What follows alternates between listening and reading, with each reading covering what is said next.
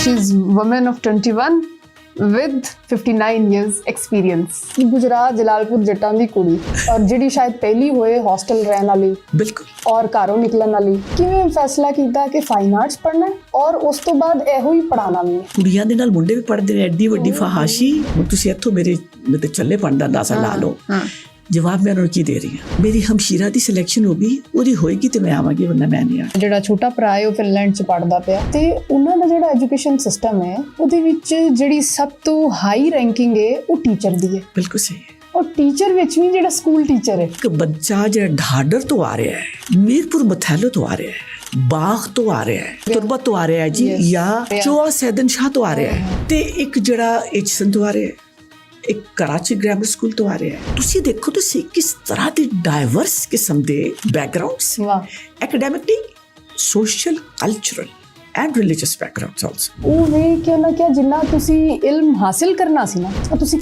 ਕਰ ਲਿਆ Now you have to create knowledge. वो शुरू ਇੱਥੋਂ ਹੁੰਦੇ ਨੇ ਕਿ ਇਸ ਆਡੀਟੋਰੀਅਮ ਵਿੱਚ ਜਿੰਨੇ ਡੀਨਸ ਜਿੰਨੇ ਹੈਡਸ ਜਿੰਨੇ ਡਾਇਰੈਕਟਰ ਜਿੰਨੇ ਪ੍ਰੋਫੈਸਰਸ ਇਨਕਲੂਡਿੰਗ ਮਾਈਸੈਲਫ ਦ ਵਾਈਸ ਚਾਂਸਲਰ ਉਹ ਮੇਰੇ ਸਟੂਡੈਂਟਸ डिपार्टमेंट्स ਵਿੱਚ ਲੜਾਈਆਂ ਆਪਸੀ ਰੰਜਿਸ਼ਾਂ ਟੀਚਰਸ ਦੀ ਰਿਕਾਰਡਿੰਗਸ ਹੋ ਰਹੀਆਂ ਨੇ ਨਾਜ਼ੇਬਾ ਵੀਡੀਓਜ਼ ਹੈਰਾਸਮੈਂਟ ਮਤਲਬ ਪਤਾ ਨਹੀਂ ਇਹਦੇ ਵਿੱਚ ਕੀ ਆ ਗਿਆ ਲਾਹੌਰ ਵਿੱਚ ਪਹਿਲਾ ਜਿਹੜਾ ਲੜਕੀਆਂ ਦਾ ਸਕੂਲ ਬਣਾਉਣ ਵਾਸਤੇ ਇੱਕ ਔਰਤ ਨੇ ਸਟਰਗਲ ਕੀਤੀ ਅਸ਼ਰਫੁਨ ਨਿਸਾ ਬੇਗਮ ਪਹਿਲਾ ਲਾਹੌਰ ਵਿੱਚ ਲੜਕੀਆਂ ਦਾ ਸਕੂਲ ਇਹਨਾਂ ਆਪ ਚੋਰੀ ਪੜਿਆ ਕੋਈ ਬਗਾਵਤ ਇਜਾਜ਼ਤ ਨਹੀਂ ਸੀ ਹੈਗੀ ਤੇ ਮੈਨੂੰ ਚਾਂਸ ਨਹੀਂ ਮਿਲ ਰਿਹਾ ਚੁਨਾਚੇ ਐਜ਼ ਅ ਪ੍ਰੋਟੈਸਟ ਇੱਕ ਵਾਰੀ ਮੈਂ ਆਪਣੀ ਗੱਡੀ ਵਿੱਚ ਹੀ ਬੱਚੇ ਸੁੱਟੇ ਦੇ ਬਰੀ ਕੱਟ ਦੂਗੇ ਬੱਚੇ ਰੁੱਲ ਜਾਣਗੇ ਡਿਗਰੀ ਤੇ ਹੋ ਜਾਏਗੀ ਇਹਨਾਂ ਦਾ ਇੱਕ ਮਿੰਟ ਜਿਹੜਾ ਹੈ ਇਟਸ ਵੈਰੀ ਇੰਪੋਰਟੈਂਟ ਉਹ ਟਾਈਮ ਬੱਚਿਆਂ ਦਾ ਬੜਾ ਕੀਮਤੀ ਹੈ ਮਾਲੀ ਆਜ਼ਾਦੀ ਇਹ ਬਹੁਤ ਜ਼ਰੂਰੀ इतनी जरूरी है ਤੁਸੀਂ ਯਕੀਨ ਕਰੋਗੇ ਤੁਸੀਂ ਇੱਕ ਕੋਰ ਫੜਿਆ ਹੁਣ ਕਈ ਲੋਕ ਕਹਿੰਦੇ ਨੇ ਤੁਹਾਡਾ ਦਿਲ ਨਹੀਂ ਭਰਿਆ ਨੈਸ਼ਨਲ ਕਾਲਜ ਤੇ ਮੈਨੂੰ ਪਤਾ ਕੀ ਜਵਾਬ ਹੈ ਮੈਂ ਕਿ ਜਿਸ ਦਿਨ ਦਿਲ ਭਰ ਗਿਆ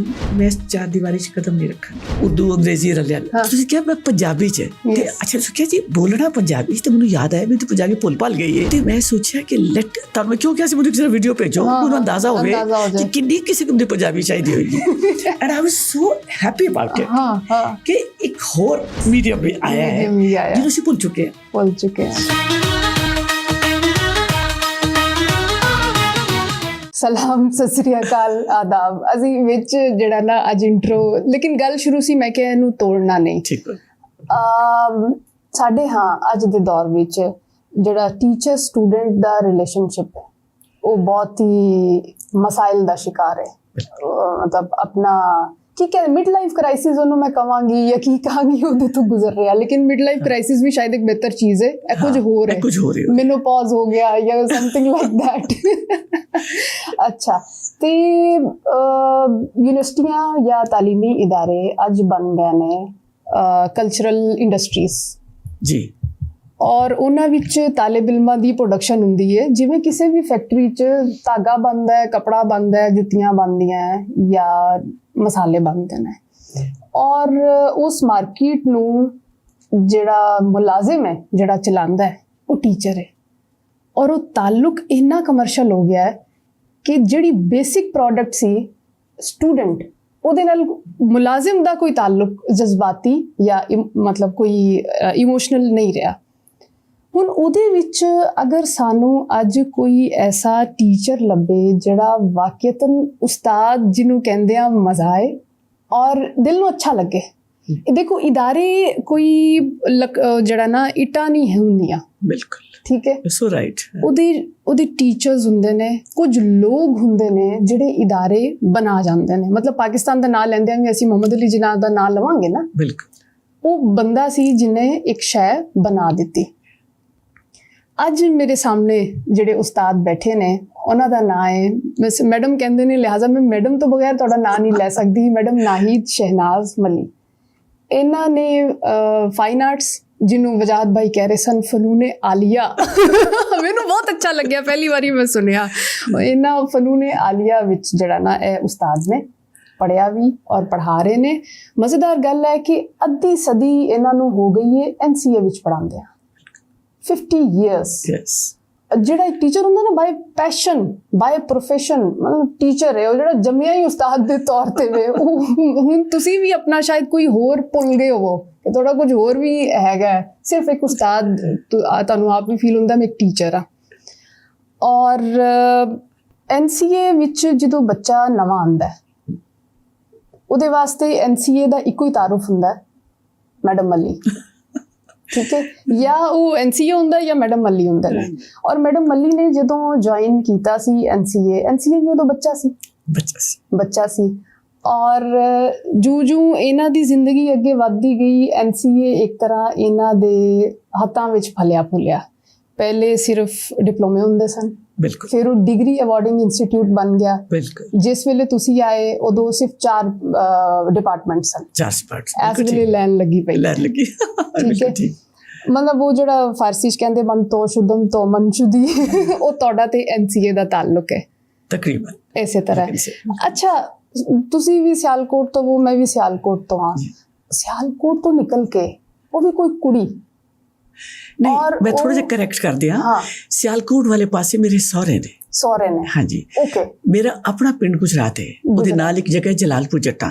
ਅੱਛਾ, ਤੁਸੀਂ ਜਲਾਲਪੁਰ ਜੱਟਾਂ? ਮੈਂ ਜਲਾਲਪੁਰ ਜੱਟਾਂ ਦੀ। ਉਹ ਕਿਤੇ ਤੁਸੀਂ ਵੜੈਚ ਹੋ? ਅਸੀਂ ਵੜੈਚ। ਓਕੇ, ਤੁਹਾਨੂੰ ਮੈਂ ਅੱਗੇ ਹੁਣੇ ਤਾਂ ਕਿਹਾ ਵੜੈਚ ਹੀ ਹੁੰਦੇ ਨੇ ਜੀ, ਵੜੈਚ ਨੇ। ਤੇ ਮੱਲੀ ਤੇ ਜਦੋਂ ਮੈਂ ਉਹ ਇੱਕ ਕਾਗਜ਼ ਤੇ ਦਸਤਖਤ ਕੀਤੇ ਨਾ ਤੇ ਫਿਰ ਮੱਲੀ ਹੋ ਗਈ। ਓਕੇ, ਕਾਗਜ਼ ਤੇ ਦਸਤਖਤ ਕੀਤੇ ਤੇ ਅੱਛਾ। ਲੇਕਿਨ ਫਿਰ ਵੀ ਇੱਕ ਕੁੜੀ, ਉਦੋਂ ਤੁਸੀਂ NCA ਦਾ ਅਗਰ ਵੇਖੋ ਤੇ NCA ਵਿੱਚ ਕੁੜੀਆਂ ਜਿਹੜੀਆਂ ਪੜ੍ਹਦੀਆਂ ਸਨ ਉਹ ਲੌਰਦੀਆਂ ਹੁੰਦੀਆਂ ਸਨ, ਔਰ ਇੱਕ ਖਾਸ ਕਲਾਸ ਹੁੰਦੀ ਸੀ ਜਿਹੜੀ ਫਾਈਨ ਆਰਟਸ ਵਿੱਚ ਆਉਂਦੀ ਸੀ। ਬਿਲਕੁਲ, ਐਲੀਟ ਕਲਾਸ। ਉਹਦੇ ਵਿੱਚ ਉਹ ਕੁੜੀਆਂ ਮੁੰਡੇ ਕੋਈ ਫਰਕ ਨਹੀਂ ਸੀ ਪੈਂਦਾ, ਉਹ ਆਪਣੇ ਮਜ਼ੇ ਨਾਲ, ਔਰ ਉਹ ਪੜ੍ਹ ਸਕਦਾ ਫਾਈਨ ਆਰਟਸ ਜਿਹਦੇ ਕੋਲ ਪੈਸਾ ਹੈ। ਬਿਲਕੁਲ ਸਹੀ ਕਹਿ ਰਹੇ।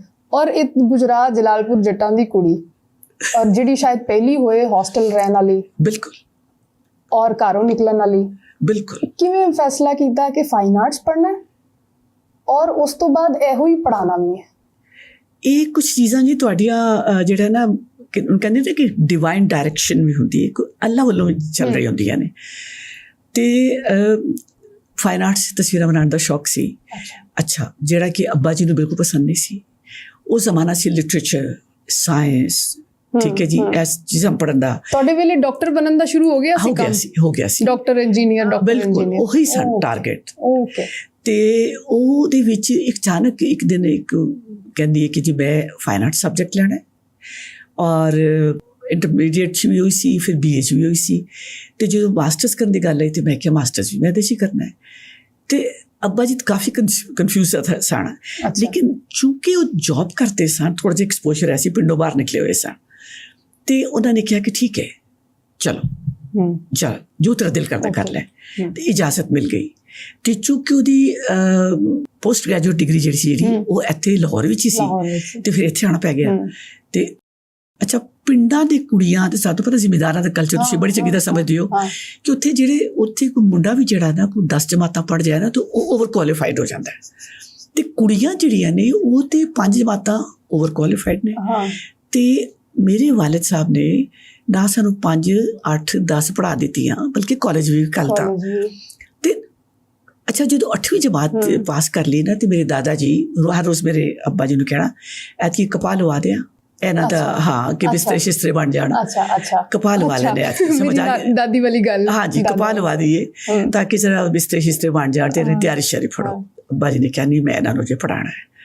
ਤੇ ਇੱਕ ਗੱਲ ਮੇਰੇ ਦਾਦਾ ਜੀ ਨੂੰ ਜ਼ਿਆਦਾ ਪਸੰਦ ਨਹੀਂ ਸੀ ਆ ਰਹੀ, ਲੇਕਿਨ ਮੇਰੀ ਦਾਦੀ ਸਮਾਂ ਤਾਂ ਉਹ ਕਾਫੀ ਲਿਬਰਲ ਸਨ। ਲੋ ਜੀ 10ਵੀਂ ਵੀ ਕਰ ਲਈ ਤੇ ਫਿਰ ਕਾਲਜ। ਦਾਦੀ ਲਿਬਰਲ? ਹਾਂ, ਦਾਦੀ ਲਿਬਰਲ ਸਨ। That is very strange. ਉਹ ਲਿਬਰਲ ਸਨ। ਤੇ ਬੇਜੀ ਅਸੀਂ ਉਹਨੂੰ ਕਹਿੰਦੇ ਸੀ, ਬੇਜੀ ਨੇ ਕਿਹਾ ਕਿ ਨਹੀਂ ਪੜ੍ਹਨ ਦਿਓ ਇਹਨਾਂ ਨੂੰ, ਅਜੇ ਵਿਆਕਰਨ ਦੀ ਕੋਈ ਲੋੜ। ਟਿਪੀਕਲ ਜਿਹੜੀ ਜੱਟੀ ਦਾ ਕੈਰੈਕਟਰ ਹੋਏਗਾ। ਜੀ, ਬੜੇ ਸਮਝਦਾਰ ਔਰ ਬੜੀ ਹੌਸਲੇ ਵਾਲੀ ਖਾਤੂਨ। ਅੱਛਾ, ਐਂਡ ਵਿਜ਼ਨਰੀ ਆਈ ਵੁੱਡ ਸੇ। ਲੋ ਜੀ ਉਹ ਬੇਜੀ ਨੇ ਕਿਹਾ ਕਿ ਨਹੀਂ ਇਹ ਤੇ ਪੜ੍ਹਨ ਗਿਆ। ਤੇ ਅੱਛਾ, ਹੋਇਆ ਕਿ ਉਦੋਂ ਉਸ ਦੌਰਾਨ ਨਾ ਮੈਟ੍ਰਿਕ ਦੇ ਬਾਅਦ ਜਦੋਂ ਐਡਮਿਸ਼ਨ ਸ਼ੁਰੂ ਹੋਏ ਤੇ ਮੇਰੀ ਅੰਮੀ ਦੀ ਡੈਥ ਹੋ ਗਈ। ਤੇ ਇਹ ਬਹੁਤ ਵੱਡਾ ਝਟਕਾ ਸੀ, ਕਿਉਂਕਿ ਅਸੀਂ 3 ਭੈਣਾਂ ਤੇ 1 ਭਾਈ। ਮੇਰੀ ਵੱਡੀ ਭੈਣ ਮੇਰੇ ਤੋਂ 2 ਸਾਲ ਵੱਡੀ, ਉਹ ਕਾਲਜ ਵਿੱਚ ਫੈਸਲਾਬਾਦ 'ਚ ਪੜ੍ਹ ਰਹੀ ਸੀ ਤੇ ਮੇਰਾ ਜੀ ਦਾਖਲਾ ਹੋਇਆ ਸੀ। ਉਸ ਤੋਂ ਬਾਅਦ ਮੇਰਾ ਭਾਈ, ਉਹਦਾ ਉਸ ਵਕਤ ਕੋਈ 7ਵੀਂ 8ਵੀਂ ਕਲਾਸ 'ਚ ਕੈਡਟ ਕਾਲਜ ਹਸਨਤ ਨਾਲ ਦਾਖਲਾ ਹੋਇਆ, ਉਹਨੂੰ ਬੋਰਡਿੰਗ ਸਕੂਲ 'ਚ ਕਰ ਦਿੱਤਾ। ਤੇ ਛੋਟੀ ਭੈਣ ਸੀ ਜਿਹੜੀ ਉਹ ਫਰਾਕਸ ਵਿੱਚ ਸੀ। ਤੇ ਸਮਝੋ ਕਿ ਉਹ ਮਾਂ ਹੀ ਨਹੀਂ ਫੌਤ ਹੋਈ, ਘਰ ਵੀ ਉਜੜ ਗਿਆ। ਤੇ ਅੱਬਾ ਜੀ ਜਾਂ ਨੌਕਰੀ ਕਰਨ ਜਾਂ ਬੇਟੀਆਂ ਨੂੰ ਸੰਭਾਲਣ, ਔਰ ਬੇਟੀਆਂ ਵੀ ਕਿੰਨੀ ਕੁ ਡਿਫਿਕਲਟ ਟੈਂਡਰ ਸਟੇਜ ਹੈ ਜਿਹਦੇ ਚ ਇਮੋਸ਼ਨਲੀ ਵੀ ਡਿਸਟਰਬ ਹੋ ਗਈਆਂ ਨੇ। ਮਾਂ ਚਲੀ ਗਈ ਹੈ ਤੇ ਅੰਮੀ ਨੂੰ ਕੀ ਹੋਇਆ ਸੀ? ਸਰਜਰੀ ਹੋਈ ਜੀ ਉਹਨਾਂ ਦੀ ਪਿੱਤੇ ਦੀ, ਔਰ ਪੋਸਟ ਸਰਜਰੀ ਉਹਨਾਂ ਦੀ ਇਨਫੈਕਸ਼ਨ ਹੋਈ and she died within a week. ਤੇ ਉਹਦੇ ਵਿੱਚ ਫਿਰ ਇਹ ਹੋਇਆ ਕਿ ਅੱਬਾ ਜੀ ਵਾਸਤੇ ਬੜਾ ਵੱਡਾ ਫੈਸਲਾ ਸੀ ਕਿ ਮੈਂ ਨੌਕਰੀ ਕਰਾਂ। ਅੱਛਾ, ਉਹਨਾਂ ਦੀ ਪੋਸਟਿੰਗ ਕਦੀ ਅੱਜ ਇੱਥੇ ਦੀ, ਕਦੀ ਉੱਥੇ, ਕਦੀ ਉੱਥੇ, ਕਦੀ ਛੋਟਾ ਸ਼ਹਿਰ, ਕਦੀ ਵੱਡਾ ਸ਼ਹਿਰ, ਤੇ ਉਹ ਬੜਾ ਮਸਲਾ ਸੀ। ਤੇ ਫਿਰ ਫੈਸਲਾ ਇਹ ਹੀ ਹੋਇਆ, ਤੇ ਹੌਸਟਲ ਦਾ ਤੇ ਸਵਾਲ ਹੀ ਪੈਦਾ ਨਹੀਂ ਸੀ ਹੁੰਦਾ ਕਿ ਜਵਾਨ ਬੱਚੀਆਂ ਨੂੰ ਹੌਸਟਲ। ਤੇ ਸਾਡੀਆਂ ਜ਼ਮੀਨਾਂ ਫੈਸਲਾਬਾਦ ਸਨ, ਤੇ ਮੇਰੇ ਚਾਚਾ ਜੀ ਜਿਹੜੇ ਨੇ ਨਾ, ਉਸ ਅੱਬਾ ਜੀ ਦੀ ਦਾਦਾ ਜੀ ਦੀ ਸਾਰੀ ਜ਼ਮੀਨਾਂ ਨੂੰ ਉਹ ਹੈਂਡਲ ਕਰਦੇ ਸਨ। ਤੇ ਦਾਦਾ ਜੀ ਨੇ ਅੱਬਾ ਜੀ ਨੇ ਕਿਹਾ ਕਿ ਚੂੰਕਿ ਵੱਡੀ ਬੇਟੀ ਵੀ ਉੱਥੇ ਪੜ੍ਹਦੀ ਹੈ, ਮੈਂ ਇਹਨੂੰ ਵੀ ਉੱਥੇ ਭੇਜ ਦੇਣਾ। ਇਸ ਤਰ੍ਹਾਂ ਅਸੀਂ ਦੋਵੇਂ ਭੈਣਾਂ ਜਿਹੜੀਆਂ ਨੇ ਫੈਸਲਾਬਾਦ ਕਾਲਜ ਪੜ੍ਹਦੇ ਰਹੀਆਂ। ਉੱਥੋਂ BA ਕਰਨ ਤੋਂ ਬਾਅਦ ਫਿਰ ਅਗਲਾ ਇੱਕ ਬਹੁਤ ਵੱਡੀ ਜੰਪ ਸੀ ਕਿ ਹੁਣ ਤੇ ਅਗਲੀ ਡਿਗਰੀ ਤੇ ਲਾਹੌਰ ਜਾਣੀ ਪੈਣੀ ਹੈ। ਅੱਛਾ, ਮੇਰੀ ਹਮਸ਼ੀਰਾ ਜਿਹੜੀ ਕਿ ਉਹ ਸਾਇੰਸ ਦੀ ਸਟੂਡੈਂਟ ਸੀ, ਉਹਨੇ ਜ਼ੂਲੌਜੀ 'ਚ ਜਾਣਾ ਸੀ, ਤੇ ਚੂੰਕਿ ਉਹ ਚਲੀ ਗਈ ਤੇ ਮੇਰੇ ਵਾਸਤੇ ਵੀ ਰਸਤਾ ਖੁੱਲ੍ਹ ਗਿਆ। ਤੇ ਕਾਫੀ ਦੇਰ ਤੱਕ ਮੇਰੇ ਦਾਦਾ ਜੀ ਨੂੰ ਇਹ ਨਹੀਂ ਸੀ ਪਤਾ ਕਿ ਅਸੀਂ ਹੌਸਟਲ 'ਚ ਰਹਿ, ਦੋ ਚੀਜ਼ਾਂ ਦਾ ਨਹੀਂ ਸੀ ਪਤਾ। ਇੱਕ ਤਾਂ ਇਹ ਨਹੀਂ ਸੀ ਪਤਾ ਕਿ ਹੌਸਟਲ 'ਚ ਰਹਿ ਰਿਹਾ, ਤੇ ਇੱਕ ਇਹ ਵੀ ਨਹੀਂ ਸੀ ਪਤਾ ਕਿ ਸਾਡੇ ਨਾਲ ਮੁੰਡੇ ਵੀ ਪੜ੍ਹ ਰਹੇ ਨੇ। ਅੱਛਾ, ਜੱਟਾਂ 'ਚ ਮੁੰਡੇ ਪੜ੍ਹ ਜਾਂਦੇ ਤੇ ਹੋ ਨਹੀਂ ਸਕਦਾ, ਤੇ ਮੁੰਡੇ ਕੁੜੀਆਂ ਦੇ ਨਾਲ ਮੁੰਡੇ ਵੀ ਪੜ੍ਹਦੇ ਨੇ, ਐਡੀ ਵੱਡੀ ਫਹਾਸ਼ੀ। ਅੱਛਾ, ਸਮਝ ਆ ਗਈ? ਕੋ ਐਜੂਕੇਸ਼ਨ ਨਹੀਂ ਹੈਗੀ। ਉਹ ਮੇਰੀ ਸਿਰਫ ਦਾਦੀ ਜੀ ਨੂੰ ਪਤਾ ਸੀ, ਅੱਬਾ ਜੀ ਨੂੰ ਪਤਾ ਸੀ। ਤੇ ਇਹ ਮੈਂ ਸਮਝਦੀ ਹਾਂ ਕਿ ਜਦੋਂ ਮੈਂ ਮੁੜ ਕੇ ਪਿੱਛੇ ਵੇਖਦੀ ਹਾਂ ਨਾ, ਤੇ ਹੁੰਦਾ ਤੁਸੀਂ ਆਪਣੇ ਮਾਪਿਆਂ ਦੇ ਬੜੇ ਅਹਿਸਾਨ ਕੇ ਯਾਦ ਕਰਦੇ ਹੋ। ਤੇ ਮੈਂ ਬਾਰ-ਬਾਰ ਇੱਕੋ ਹੀ ਕਹਿੰਦੀ, ਅੱਬਾ ਜੀ ਤੁਸੀਂ ਜ਼ਿੰਦਗੀ 'ਚ ਹੋ ਜੋ ਕੁਛ ਦਿੱਤਾ ਉਹ ਤਾਂ ਹੈ ਹੀ ਸੀ, ਪਰ ਜਿਹੜੀ ਤਾਲੀਮ ਦੇ ਗਏ ਹੋ, ਜਿਹੜਾ ਵਿਜ਼ਨ ਦੇ ਗਏ ਹੋ, ਜਿਹੜੀ ਫਰੀਡਮ ਦੇ ਗਏ ਹੋ, ਜਿਹੜੀ ਤੁਸੀਂ ਆਜ਼ਾਦੀ ਕਿ ਤੁਸੀਂ ਮੁੰਡਿਆਂ ਨਾਲ ਪੜ੍ਹ ਵੀ ਸਕਦੇ ਹੋ, ਤੁਸੀਂ ਇੱਕ ਜ਼ਿੰਦਗੀ ਦਾ ਨਵਾਂ ਰੁਖ ਵਿਖਾਇਆ। ਫਿਰ ਨਾ ਸਿਰਫ ਪੜ੍ਹਾਇਆ ਕਿ ਨੌਕਰੀ ਵੀ ਕਰਨਾ ਜੀ ਤਾਂ ਕਰ ਲਓ, ਬਾਈਂਡਿੰਗ ਨਹੀਂ। ਤੇ ਜ਼ਿਮੀਦਾਰਾਂ ਦੀਆਂ ਲੜਕੀਆਂ ਤੇ ਜਾ ਕੇ ਤੇ ਫਿਰ ਨੌਕਰੀ ਵੀ ਕਰ ਲੈਣ। ਤੇ ਇਹ ਤੇ ਬੜਾ ਵੱਡਾ ਇੱਕ ਟੈਬੂ ਸੀ, ਤੁਹਾਨੂੰ ਪਤਾ ਹੈ ਕਿ ਜ਼ਿਮੀਦਾਰ ਜਿਹੜੇ ਮੁਜ਼ਾਰੇ ਸਨ ਉਹ ਆ ਕੇ ਕਹਿੰਦੇ ਸਨ ਜੀ ਤੁਸੀਂ ਸਾਨੂੰ ਰੱਖਣ ਵਾਲੇ ਮੁਲਾਜ਼ਮ ਤੇ ਤੁਹਾਡੀਆਂ ਬੀਬੀਆਂ ਹੁਣ ਬਾਹਰ ਨੌਕਰੀ ਕਰਨਗੀਆਂ। ਇਹ ਤੇ ਬੜੀ ਬੇਇੱਜ਼ਤੀ ਦੀ ਗੱਲ ਹੈ। ਤੁਹਾਨੂੰ ਪੈਸਿਆਂ ਦੀ ਲੋੜ ਪੈ ਗਈ ਹੈ ਕਿ ਤੁਸੀਂ ਹੁਣ ਔਰਤਾਂ ਕੋਲੋਂ ਕੰਮ ਕਰਾਓਗੇ, ਔਰਤਾਂ ਦੀ ਕਮਾਈ ਆਏਗੀ ਇਸ ਘਰ ਵਿੱਚ। ਔਰ ਇਹ ਟੈਬੂ ਜਿਹੜਾ ਹੈ ਇਹ ਸਿਰਫ ਮੇਰੇ ਪੇਕੇ ਨਹੀਂ ਸੀ, ਸਹੁਰੇ ਵੀ ਸੀ। ਹਾਂ, ਨਹੀਂ ਇਹ ਹੈਗਾ, ਈਵਨ ਮੇਰਾ ਵੀ ਹੈਗਾ। ਮਤਲਬ ਅੰਮੀ ਨੂੰ ਤਾਨੇ ਮਿਲਦੇ ਨੇ ਕਿ ਉਹਦੀ ਕਮਾਈ ਖਾਂਦੀ ਹੈ ਜਾਂ ਇਸ ਤਰ੍ਹਾਂ ਕੁਝ ਵੀ, ਕੀ ਇਹਨੂੰ ਹੋ ਗਿਆ। ਤੇ ਇਹ ਮੈਂ ਸਮਝੀ ਕਿ ਵਾਲਿਦੈਨ ਦੀ ਬਹੁਤ ਵੱਡੀ ਸਟਰਗਲ ਸੀ ਜਿਨ੍ਹਾਂ ਨੇ ਇਜਾਜ਼ਤ ਦਿੱਤੀ ਔਰ ਐਕਸਪੋਜ਼ਰ ਦਿੱਤਾ, ਔਰ ਕਿਆ ਦੁਨੀਆ ਨੂੰ ਕਿਸੇ ਹੋਰ ਲੈਂਸ ਨਾਲ ਵੀ ਵੇਖ ਕੇ ਦੇਖੋ। ਵਾਹ ਵਾਹ। ਲੇਕਿਨ ਟੀਚਰ ਬਣਨ ਦਾ ਫੈਸਲਾ, ਅੱਛਾ ਉਹ ਵੀ ਸੁਣ ਲਓ। ਉਹ ਮੈਂ ਕਹਿੰਦੀ ਕਿ it was a sort of divine decision ਜਿਸ ਹੁੰਦਾ ਹੈ। ਮਾਸਟਰਸ ਦਾ ਐਗਜ਼ਾਮ ਹੋ ਰਿਹਾ ਸੀ, ਫਾਈਨਲ ਇਮਤਿਹਾਨ ਹੋ ਰਿਹਾ ਸੀ ਪੰਜਾਬ ਯੂਨੀਵਰਸਿਟੀ 'ਚ, ਤੇ ਪਰਚਾ ਦੇ ਕੇ ਬਾਹਰ ਨਿਕਲੀ। ਤੇ ਮੇਰਾ ਛੋਟਾ ਭਾਈ ਜਿਹੜਾ ਇੱਕੋ ਹੀ ਭਾਈ ਮੇਰਾ, ਉਹ ਗਰਮੀਆਂ ਛੁੱਟੀਆਂ ਸਨ, ਅਗਸਤ ਦਾ ਮਹੀਨਾ, ਉਹ ਮੈਂ ਬਾਹਰ ਨਿਕਲੀ ਐਗਜ਼ਾਮੀਨੇਸ਼ਨ ਹਾਲ ਦੇ ਬਾਹਰ, ਤੇ ਦੇਖਿਆ ਬਾਹਰ ਖੜਾ ਹੈ। ਮੈਂ ਕਿਹਾ ਤੂੰ ਕਿਉਂ ਆਇਆ? ਕਹਿੰਦਾ ਅੱਬਾ ਜੀ ਨੇ ਕਿਹਾ ਹੈ ਕਿ ਉਹਨੂੰ ਫਟਾਫਟ ਲੈ ਕੇ ਘਰ ਜਲਦੀ ਆ ਜਾ। ਮੈਂ ਕਿਹਾ ਏਡੀ ਜਲਦੀ ਕੀ ਹੈ? ਅੱਛਾ, ਉਹ ਬਾਅਦ ਵਿੱਚ ਮੈਨੂੰ ਸਮਝ ਆਈ ਕਿ ਜਦੋਂ ਸਾਡੇ ਐਗਜ਼ਾਮਸ ਹੋ ਰਹੇ ਸਨ ਤੇ ਇੱਕ ਦਿਨ ਅੱਬਾ ਜੀ ਆਏ ਤੇ ਉਹਨਾਂ ਨੇ ਆ ਕੇ ਮੈਨੂੰ ਪੁੱਛਿਆ ਕਿ ਬਈ MA ਕਰਨ ਤੋਂ ਬਾਅਦ ਕੀ ਕਰਨਾ ਹੈ, ਵਿਆਹ ਕਰਨਾ ਹੈ ਕਿ ਨੌਕਰੀ ਕਰਨੀ ਹੈ? ਤੇ ਮੈਂ ਹੈਰਾਨ ਹੋ ਕੇ ਵੇਖਿਆ। ਮੈਂ ਕਿਹਾ ਅੱਬਾ ਜੀ ਮੈਂ ਤੇ ਨੌਕਰੀ। ਉਹਨਾਂ ਨੇ ਕਿਹਾ ਹਾਂ ਕਿਉਂ ਨਹੀਂ? ਮੈਂ ਕਿਹਾ ਮੈਨੂੰ ਮਿਲ ਜਾਏਗੀ। ਉਹਨਾਂ ਨੇ ਕਿਹਾ ਮਿਲੇਗੀ। ਮੈਂ ਕਿਹਾ ਮੈਨੂੰ ਕੀ ਨੌਕਰੀ ਮਿਲੇਗੀ? ਕਹਿੰਦੇ ਲੈਕਚਰਰ ਦੀ। ਤੇ ਮੈਂ ਕਿਹਾ ਕਿੱਥੇ ਮਿਲੇਗੀ? ਕਹਿਣ ਲੱਗੀ ਅਖਬਾਰ 'ਚ ਇਸ਼ਤਿਹਾਰ ਆਇਆ। ਅੱਛਾ, ਇਸ਼ਤਿਹਾਰ ਵੀ ਅੱਬਾ ਜੀ ਨੇ ਵੇਖਿਆ, ਮੈਂ ਨਹੀਂ ਵੇਖਿਆ। ਪਾਕਿਸਤਾਨ ਟਾਈਮਸ ਵਿੱਚ ਉਸ ਜ਼ਮਾਨੇ 'ਚ ਨੌਕਰੀਆਂ ਦੇ ਇਸ਼ਤਿਹਾਰ ਆਉਂਦੇ ਹੁੰਦੇ ਸਨ। ਤੇ ਉਹਨਾਂ ਨੇ ਕਿਹਾ ਕਿ ਪਿੰਡੀ ਇੱਕ ਕੰਟੋਨਮੈਂਟ ਬੋਰਡ ਦਾ ਕਾਲਜ ਹੈ, ਤੇ ਉਹਦੇ 'ਚ ਉਹਨਾਂ ਨੇ ਨਵੇਂ ਫੈਕਲਟੀ ਮੰਗੀ ਹੈ, ਲੈਕਚਰਰਸ ਦੀ ਪੋਜੀਸ਼ਨਸ ਨੇ। ਤੇ ਉਹਦੇ ਵਿੱਚ ਇੱਕ ਲੈਕਚਰਰ ਇਨ ਜ਼ੂਲੌਜੀ ਵੀ ਹੈ ਤੇ ਇੱਕ ਲੈਕਚਰਰ ਇਨ ਫਾਈਨ ਆਰਟਸ ਵੀ ਹੈ। ਠੀਕ ਹੈ। ਅੱਛਾ, ਹੁਣ ਮੇਰੀ ਵੱਡੀ ਹਮਸ਼ੀਰਾ ਵੀ ਕੁਆਲੀਫਾਈ ਕਰ ਚੁੱਕੀ ਹੈ। ਤੇ ਅੱਬਾ ਜੀ ਵਾਸਤੇ ਬੜੀ ਵਿਨ ਸਿਚੁਏਸ਼ਨ ਸੀ ਕਿ ਦੋਵਾਂ ਬੇਟੀਆਂ ਵਾਸਤੇ ਇੱਕ ਪੋਜੀਸ਼ਨ ਆ ਰਹੀ ਹੈ। ਤੇ ਮੈਂ ਅੱਬਾ ਜੀ ਨੂੰ ਕਿਹਾ ਕਿ ਮੇਰੀ ਜਿਹੜੀ ਵੱਡੀ ਹਮਸ਼ੀਰਾ ਹੈ ਉਹ ਤੇ ਲਾਇਕ ਹੈ, ਵੈਰੀ ਬ੍ਰਿਲੀਅੰਟ, ਤੇ ਉਹ ਤੇ ਕੁਆਲੀਫਾਈ ਕਰ ਚੁੱਕੀ ਹੈ, ਤੇ ਉਹਦਾ ਤੇ ਮੈਰਿਟ ਵੀ ਹੈ, ਤੇ ਮੇਰਾ ਤੇ ਇਮਤਿਹਾਨ ਹੈ, ਪਤਾ ਨਹੀਂ ਮੈਂ ਪਾਸ ਹੋਣਾ ਕਿ ਫੇਲ ਹੋਣਾ ਹੈ, ਤੇ ਮੈਨੂੰ ਨੌਕਰੀ ਕੌਣ ਦੇਗਾ? ਤੇ ਅੱਬਾ ਜੀ ਨੇ ਕਿਹਾ ਕਿ ਉਹਨਾਂ ਨੇ ਲਿਖਿਆ ਹੈ, ਇਸ਼ਤਿਹਾਰ 'ਚ ਲਿਖਿਆ ਹੈ ਕਿ ਫਾਈਨ ਆਰਟਸ ਦੇ ਪੋਜੀਸ਼ਨ ਵਾਸਤੇ ਕੋਈ ਅਗਰ ਜਿਹੜਾ ਇਮਤਿਹਾਨ ਦੇ ਰਿਹਾ ਨਾ ਉਹ ਵੀ ਅਪਲਾਈ ਕਰ ਸਕਦਾ ਹੈ। ਵਾਹ ਤੇ ਤੂੰ ਅਗਰ ਕਵੇ ਤੇ ਮੈਂ ਅਪਲਾਈ ਕਰਦੇ ਵੈਖੇ ਕਰ ਦਿਓ। ਲਓ ਜੀ ਦਰਖਾਸਤ ਵੀ ਅੱਬਾ ਜੀ ਨੇ ਲਿਖੀ ਤੇ ਕਰ ਦਿੱਤੀ ਤੇ ਉੱਥੋਂ ਇੰਟਰਵਿਊ ਦੀ ਕਾਲ ਆ ਗਈ। ਹੁਣ ਉਹ ਟਾਈਮ ਇੰਨਾ ਥੋੜਾ ਸੀ ਕਿ ਅੱਬਾ ਜੀ ਨੇ ਕਿਹਾ ਕਿ ਜਿੰਨੀ ਤੱਕ ਮੈਂ ਖਤ ਲਿਖਾਂਗਾ ਪਹੁੰਚੇਗਾ ਇਹ ਦੇਰ ਹੋ ਜਾਣੀ। ਤੇ ਉਹਨਾਂ ਨੇ ਮੇਰੇ ਭਾਈ ਨੂੰ ਕਿਹਾ ਕਿ ਜਾ ਭੱਜ ਕੇ ਨਾਲ ਲੈ ਆ। ਵਾਹ ਵਾਹ। ਤੇ ਉਹ 2 ਦਿਨ ਬਾਅਦ ਪਿੰਡੀ ਇੰਟਰਵਿਊ ਸੀ ਤੇ ਅਸੀਂ ਦੋਵੇਂ ਭੈਣਾਂ ਇੰਟਰਵਿਊ ਦੇਣ ਤੁਰ ਪਈਆਂ। ਤੇ ਉੱਥੇ ਅੱਛਾ ਹੁਣ ਜਦੋਂ ਇੰਟਰਵਿਊ ਬੋਰਡ ਦੇ ਸਾਹਮਣੇ ਬੈਠੇ ਤੇ ਲੰਮਾ ਜੇ ਪੂਰੇ ਉਹਦੇ 'ਚ ਐਜੂਕੇਸ਼ਨ ਬੋਰਡ ਦੇ ਸਾਰੇ ਫੌਜੀ ਸਬਜੈਕਟ ਪ੍ਰਿੰਸੀਪਲ ਸਾਹਿਬ ਬੈਠੇ। ਜ਼ਿੰਦਗੀ ਦਾ ਪਹਿਲਾ ਇੰਟਰਵਿਊ ਦੇਣ ਦਾ ਐਡਾ ਵੱਡਾ ਨੌਕਰੀ ਦਾ ਵੀ ਔਰ ਪੂਰੀ ਯਕੀਨ ਸੀ ਕਿ ਚੂੰਕਿ ਡਿਗਰੀ ਨਹੀਂ ਹੈਗੀ ਰੱਖਣਾ ਤੇ ਨਾ ਹੈ ਕੋਈ ਨਹੀਂ, ਇਸ ਵਾਸਤੇ ਜੋ ਆਂਦਾ ਬੋਲਦੇ ਜੋ ਨਹੀਂ ਆਂਦਾ ਕਹਿ ਦਿਓ ਨਹੀਂ ਆਂਦਾ। ਅੱਛਾ। ਔਰ ਨਵੀਂ ਪੜ੍ਹ ਕੇ ਵੀ ਤਿਆਰੀ ਵੀ ਧਿਆਨ ਦੇ ਕੇ ਗਏ ਸਾਂ। ਔਰ ਜਿਸ ਡਿਪਾਰਟਮੈਂਟ ਚੋਂ ਪੜ੍ਹੇ ਸੋ ਉਹ ਵੀ ਬੜਾ ਅੱਛਾ ਅਨਯੂਜਲ ਸੀ। ਔਰ ਇਹ ਵੀ ਦਿਲ 'ਚ ਇਹ ਤਸੱਲੀ ਕਿ ਇਹਨਾਂ ਨੂੰ ਕਿਹੜਾ ਮੇਰੇ ਫਾਈਨ ਆਰਟਸ ਦੀ ਕਿਸ ਚੀਜ਼ ਦਾ ਪਤਾ ਹੈ। ਹਾਂ ਇਹਨਾਂ ਕੋਲ ਤੇ ਇਹ ਭੁੱਲ ਗਈ ਕਿ ਐਜੂਕੇਸ਼ਨ ਕੋਰ ਵਾਲੇ ਜਿਹੜੇ ਉਹਨਾਂ ਕੋਲ ਤਾਂ ਹਰ ਕਿਸਮ ਦੇ ਸਵਾਲਾਂ ਦੀ ਲਿਸਟ ਹੁੰਦੀ। ਲਓ ਜੀ ਉਹਨਾਂ ਨੇ ਮਿਨੀਏਚਰ ਪੇਂਟਿੰਗ ਤੋਂ ਲੈ ਕੇ ਤੇ ਕਿਹੜੀ ਚੀਜ਼ ਜਿਹੜਾ ਐਬਸਟਰੈਕਟ ਆਰਟਿਸਟ ਤੱਕ ਹਰ ਚੀਜ਼ ਪੁੱਛਦੇ ਗਏ ਕਿਉਂਕਿ ਤਾਜ਼ਾ ਪੜ੍ਹੀ ਸੀ ਔਰ ਇਹ ਯਕੀਨ ਵੀ ਸੀ ਕਿ ਰੱਖਣਾ ਤੇ ਹੈ ਕੋਈ ਨਹੀਂ ਤੇ ਨਥਿੰਗ ਟੂ ਲੂਜ਼। ਜ਼ਿਆਦਾ ਸ਼ੇਰ ਹੋ ਕੇ ਜਵਾਬ ਦਿੱਤੇ ਨਥਿੰਗ ਟੂ ਲੂਜ਼ ਦੀ ਗੱਲ ਹੈ। ਥੋੜਾ ਜਿਹੜੇ ਦਿੰਦੇ ਰਹੇ ਜਦੋਂ ਕਿਹਾ ਕਿ ਇਹ ਜੀ ਮੈਂ ਕਿਹਾ ਇਹ ਨਹੀਂ ਆਉਂਦਾ ਜੀ ਇਹ ਨਹੀਂ ਮੈਨੂੰ ਪਤਾ। ਅੱਛਾ ਵਾਹ।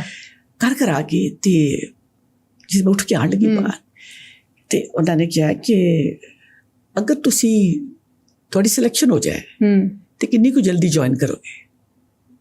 ਅੱਛਾ ਹੁਣ ਤੁਸੀਂ ਇੱਥੋਂ ਮੇਰੇ ਤੇ ਚੱਲੇ ਪਣ ਦਾ ਅੰਦਾਜ਼ਾ ਲਾ ਲਓ। ਜਵਾਬ ਮੈਂ ਉਹਨਾਂ ਨੂੰ ਕੀ ਦੇ ਰਹੀ ਹਾਂ। ਮੇਰੀ ਹਮਸ਼ੀਰਾ ਦੀ ਸਿਲੈਕਸ਼ਨ ਹੋ ਗਈ, ਉਹਦੀ ਹੋਏਗੀ ਤੇ ਮੈਂ ਆਵਾਂਗੀ ਵਰਨਾ ਮੈਂ ਨਹੀਂ ਆਣਾ। ਅੱਛਾ ਉਹਨਾਂ ਨੇ ਸਮਝਿਆ ਕਿ ਇੱਥੋਂ ਹੀ ਮੇਰੇ ਕੈਲੀਬਰ ਦਾ ਅੰਦਾਜ਼ਾ ਹੋਗਾ ਕਿ ਕਾਫੀ ਕੋਈ ਬੇਵਕੂਫ ਕੇਸ ਹੈ ਜਿਹਨੂੰ ਪਤਾ ਹੀ ਨਹੀਂ ਕੀ ਕਰਨਾ ਹੈ।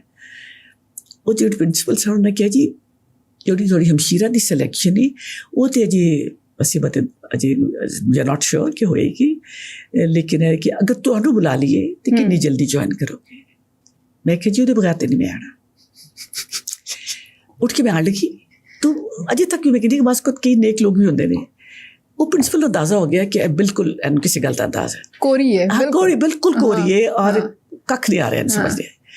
ਤੇ ਉਹਨਾਂ ਨੇ ਕਿਹਾ ਅੱਛਾ ਇਸ ਤਰ੍ਹਾਂ ਕਰਨੇ ਆ ਕਿ ਤੁਸੀਂ ਘਰ ਜਾਓ ਆਪਣੇ ਘਰ ਵਾਲਿਆਂ ਨਾਲ ਮਸ਼ਵਰਾ ਕਰੋ ਠੀਕ ਹੈ ਤੇ ਇਹ ਅਗਰ ਤੁਹਾਡਾ ਆਉਣ ਦਾ ਇਰਾਦਾ ਹੋਇਆ ਤੇ ਸਾਨੂੰ 2 ਹਫ਼ਤਿਆਂ ਦੇ ਅੰਦਰ ਦੱਸ ਦੇਣਾ ਤੇ ਅਸੀਂ ਤੁਹਾਡਾ ਇੰਤਜ਼ਾਰ ਕਰਾਂਗੇ। ਅਗਰ ਨਹੀਂ ਆਉਣਾ ਤੇ ਤਾਂ ਵੀ ਦੱਸ ਦੇਣਾ ਤੇ ਅਸੀਂ ਕਿਸੇ ਹੋਰ ਨੂੰ ਰੱਖ ਲਾਂਗੇ। ਮੈਂ ਕਿਹਾ ਜੀ ਠੀਕ ਹੈ। ਲਓ ਜੀ ਬਾਹਰ ਨਿਕਲੇ ਨੂੰ ਪਤਾ ਚੱਲਾ ਕਿ ਹਮਸ਼ੀਰਾ ਜਿਹੜੀ ਮੇਰੇ ਤੋਂ ਬਹੁਤ ਜ਼ਿਆਦਾ ਲਾਇਕ ਸੀ ਉਹਦੀ ਸਿਲੈਕਸ਼ਨ ਨਹੀਂ ਹੋਈ ਕਿਉਂਕਿ ਉਹਦੇ ਮੁਕਾਬਲੇ ਤੇ ਇੱਕ ਗੋਲਡ ਮੈਡਲਿਸਟ ਸੀ ਤੇ ਮੈਰਿਟ ਤੇ ਚੀਜ਼ਾਂ ਚੱਲਦੀਆਂ ਸਨ। ਤੇ ਉਹਨਾਂ ਕਿਹਾ ਜੀ ਇਹਦਾ ਗ੍ਰੇਡਸ ਹਾਈ ਨੇ she is a gold medallist ਉਹਦੀ ਸਿਲੈਕਸ਼ਨ ਹੋ ਗਈ ਉਹਦੀ ਨਹੀਂ ਹੋਈ। ਘਰ ਆਈ ਅੱਬਾ ਜੀ ਨੇ ਪੁੱਛਿਆ ਇੰਟਰਵਿਊ ਕਿ ਜਦੋਂ ਮੈਂ ਕਿਹਾ ਜੀ ਹੋ ਗਿਆ ਕਹਿੰਦੀ ਉਹਨੇ ਕੋਈ ਅੱਗੇ ਦੱਸਿਆ ਨਹੀਂ। ਮੈਂ ਕਿਹਾ ਉਹਨੇ ਪੁੱਛਿਆ ਸੀ ਮੈਂ ਕਿਹਾ ਹਮਸ਼ੀਰਾ ਦਾ ਹੋਏਗਾ ਤੇ ਜਾਵਾਂਗੇ। ਅੱਬਾ ਜੀ ਮੇਰੀ ਸ਼ਕਲ ਦੇਖ ਰਹੇ ਕਹਿੰਦੇ ਨੇ ਕੋਈ ਜਵਾਬ ਸੀ ਦੇਣ ਵਾਲਾ। ਮੈਂ ਕਿਹਾ ਫਿਰ ਹੋਰ ਕੀ ਕਹਿੰਦੀ ਕਹਿ ਕੇ ਇੰਜ ਦੀ ਗਲਤ ਗੱਲ ਹੈ। ਤੇ ਵੇਖਿਆ ਜੀ ਉਹਨਾਂ ਨੇ ਗੱਲ 'ਚ ਬਾਅਦ 'ਚ ਇਹ ਵੀ ਕਿਹਾ ਸੀ ਅੱਬਾ ਜੀ ਕੋਲ ਪੁੱਛ ਲਈ ਘਰ ਜਾ ਕੇ ਤੇ ਉਹਨੇ ਕਿਹਾ ਕਿ ਮੈਂ ਤੂੰ ਜਾਣਾ ਹੈ। ਮੈਂ ਕਿਹਾ ਹਾਂ ਮੈਂ ਤੁਸੀਂ ਇਜਾਜ਼ਤ ਦਿਓ ਕਿ ਜਾਵਾਂਗੀ। ਉਹਨਾਂ ਨੇ ਫਿਰ ਉਹ ਕੀ ਕਰ ਦਿੱਤਾ ਤੇ ਮੇਰਾ ਬੁਲਾਵਾ ਆ ਗਿਆ ਤੇ ਉਹਦੀ ਕੰਡੀਸ਼ਨ ਐਸੀ ਜੌਬ ਦੀ ਕਿ ਇਹ ਗ੍ਰੇਡਸ ਆਉਣਗੇ ਤੇ ਤਾਂ ਤੁਹਾਡੀ ਨੌਕਰੀ ਪੱਕੀ ਹੋਏਗੀ ਵਰਨਾ ਨਹੀਂ।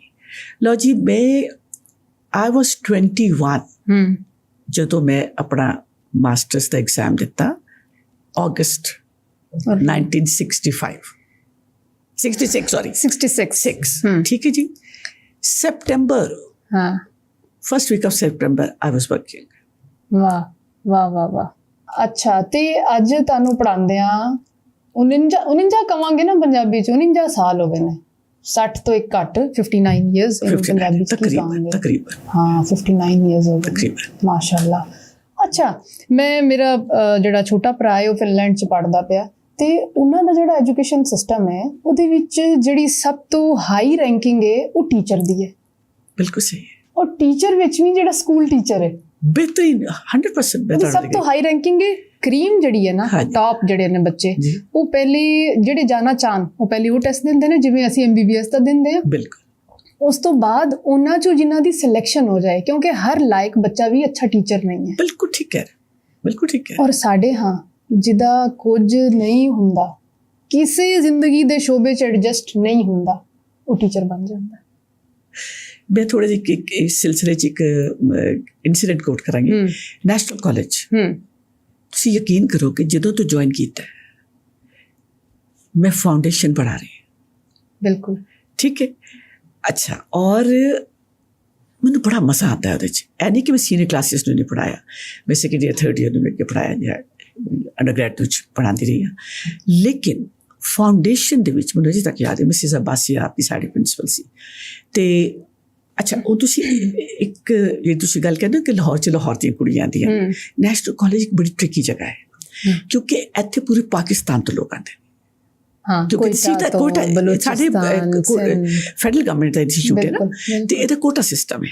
ਤੇ ਤੁਸੀਂ ਇਹ ਸੋਚੋ ਕਿ ਜਦੋਂ ਮੈਂ ਜੁਆਇਨ ਕੀਤਾ ਤੇ ਉਹ ਤੋਂ ਪੂਰੇ ਕਾਲਜ ਦੀ ਸਟਰੈਂਥ ਕੋਈ 450-500 ਸੀ, ਆਲ ਅੰਡਰਗ੍ਰੈਡ ਸਟੂਡੈਂਟ। ਸਹੀ। ਫਾਊਂਡੇਸ਼ਨ ਈਅਰ ਵਿੱਚ ਕੋਈ 50-55 ਦੇ ਕਰੀਬ ਲੋਕ ਸਨ। ਠੀਕ ਹੈ। ਅੱਛਾ, ਉਹਦੇ ਵਿੱਚ ਵੀ ਐ ਸੀ ਕਿ 50-55 ਵਿੱਚੋਂ ਕੋਈ 15-20 ਲਾਹੌਰ ਦੇ ਸਨ। सही है, या ज्यादा होंगे में भी? नहीं। अच्छा, वजह सुन लो कि टोटल इनटेक अगर ਤੁਹਾਡੀ 50-55 ਹੈ ਤੇ ਉਹਦੇ ਸੂਬਿਆਂ ਦੇ ਵਿੱਚ ਕੋਈ 10 ਬਲੋਚਿਸਤਾਨ ਤੋਂ ਆ ਰਹੇ ਨੇ, ਕੋਈ 10 ਸਿੰਧ ਤੋਂ ਆ ਰਹੇ ਨੇ, ਕੋਈ 5 ਜਿਹੜੇ ਨੇ ਟ੍ਰਾਈਬਲ ਏਰੀਆਸ ਤੋਂ ਆ ਰਹੇ ਨੇ, ਕੋਈ 4 ਆਜ਼ਾਦ ਕਸ਼ਮੀਰ ਤੋਂ ਆ ਰਹੇ ਨੇ। ਸਮਝ ਆ ਗਈ ਜੀ? ਉਹ ਰਲਾ ਕੇ ਐਨੇ ਬਣਦੇ ਸਨ ਕੋਈ 60 ਦੇ ਕਰੀਬ। ਅੱਛਾ, ਤੇ ਉਹ ਫਾਊਂਡੇਸ਼ਨ ਜਿਹੜੀ ਹੈ ਨਾ ਉਹ ਸਾਨੂੰ ਪੜ੍ਹਾਉਣੀ ਸ਼ੁਰੂ ਕੀਤੀ। ਹੁਣ ਉਸ college the over span of 50 years ਇਸ ਲਈ ਮੇਰੇ ਕੋਲ ਫਾਊਂਡੇਸ਼ਨ 'ਚ 350 ਸਟੂਡੈਂਟ ਹੈ। ਫਾਊਂਡੇਸ਼ਨ ਈਅਰ ਵਿੱਚ 350 ਬੱਚਾ ਹੈ। ਐਂਡ ਮੇਰਾ ਖਿਆਲ ਹੈ ਕਿ ਜਿਹੜਾ ਅਗਲਾ ਬੈਚ ਆਏਗਾ ਉਹ ਤਕਰੀਬਨ 400 ਹੋਏਗਾ। 400। ਅੱਛਾ, ਉਹ ਤੁਸੀਂ ਇਹ ਦੇਖੋ ਕਿ ਇਹ ਕਲਾਸ ਇੰਨੀ ਕੁ ਟ੍ਰਿਕੀ ਹੈ। 450 ਸਟੂਡੈਂਟ ਦਾ ਮਤਲਬ ਤੁਸੀਂ ਸਮਝਦੇ ਹੋ ਕੀ ਹੈ? ਇਟਸ ਨਾਟ ਕਿ 450 ਇੱਕ ਸਟੂਡੈਂਟਸ ਨੇ, ਉਹ 450 ਮੁਖਤਲਿਫ ਪਾਕਿਸਤਾਨ ਦੇ ਅਦਾਰੇ ਨੇ, ਟ੍ਰੇਨਿੰਗ ਪ੍ਰੋਗਰਾਮਸ ਨੇ ਜਿਨ੍ਹਾਂ 'ਚੋਂ 450 ਬੱਚਾ ਟ੍ਰੇਨ ਹੋ ਕੇ ਆਇਆ ਹੈ ਔਰ each one of them is different। ਸਹੀ ਕਹਿ ਰਹੇ ਹੋ। ਯੈਸ। ਹਾਂ, ਲਾਹੌਰ ਦੇ ਬੱਚੇ ਨੇ ਉਹ ਲਾਹੌਰ ਦੇ ਕਲਚਰ ਦੇ ਆਦੀ ਨੇ।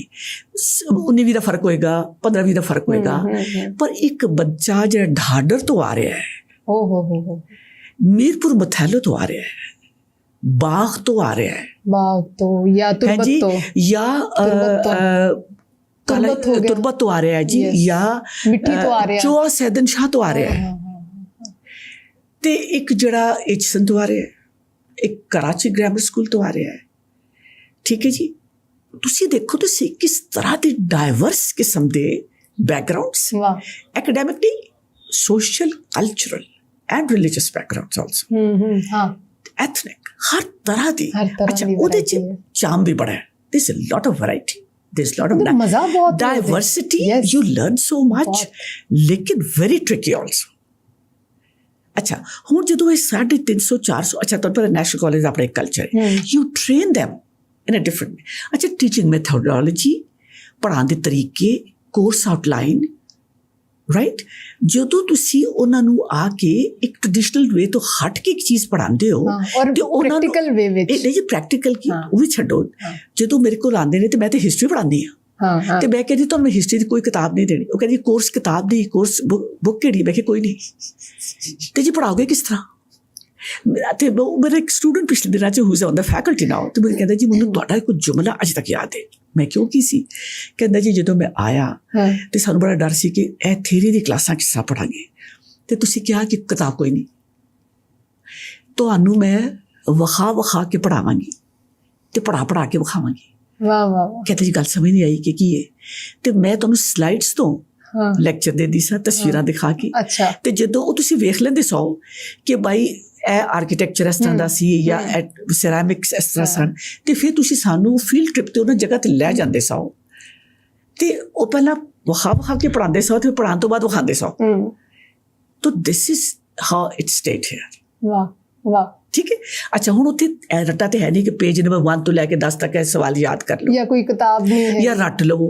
ਹੁਣ ਤੁਸੀਂ ਰੈਫਰੈਂਸਿਸ ਦੇ ਤੌਰ 'ਤੇ ਜਿੱਥੇ ਮਰਜ਼ੀ ਜਾ ਕੇ ਸਕਲਪਚਰ ਦੁਨੀਆ ਦੀ ਹਰ ਚੀਜ਼ ਹੀ ਦੇਖੋ, ਤੁਹਾਨੂੰ ਇਹ ਪਤਾ ਹੋਣਾ ਚਾਹੀਦਾ ਰਿਲੀਫ ਕਿਸ ਤਰ੍ਹਾਂ ਦੀ ਹੈ, ਔਰ ਇੰਟੈਗਲਿਓ ਕੀ ਹੈ, ਔਰ ਪ੍ਰਿੰਟਿੰਗ ਕਿਸ ਤਰ੍ਹਾਂ ਦੀ ਹੈ, ਔਰ ਆਰਕੀਟੈਕਚਰ ਜਿਹੜਾ ਉਹ ਕਿਸ ਤਰ੍ਹਾਂ ਹੈ, ਤੇ ਕਿਸ ਤਰ੍ਹਾਂ ਉਹਨੂੰ ਕੈਟੇਗਰਾਈਜ਼ ਕਰੋਗੇ। ਤੇ ਇਹ ਜਦੋਂ ਤੁਸੀਂ ਵੇਖਦੇ ਜਾਓਗੇ ਤੁਹਾਨੂੰ ਸਮਝ ਆਉਂਦੀ ਜਾਏ। ਤੇ ਤੁਹਾਨੂੰ ਉਹਨੂੰ ਫਿਰ ਮੈਂ ਕਹਿੰਦੀ ਤੁਹਾਨੂੰ ਮੈਨੂੰ ਪਹਿਲੇ 1-2 ਮਹੀਨੇ ਤੁਹਾਨੂੰ ਮੈਨੂੰ ਡੀ ਐਜੂਕੇਟ ਕਰਨਾ ਪੈਂਦਾ।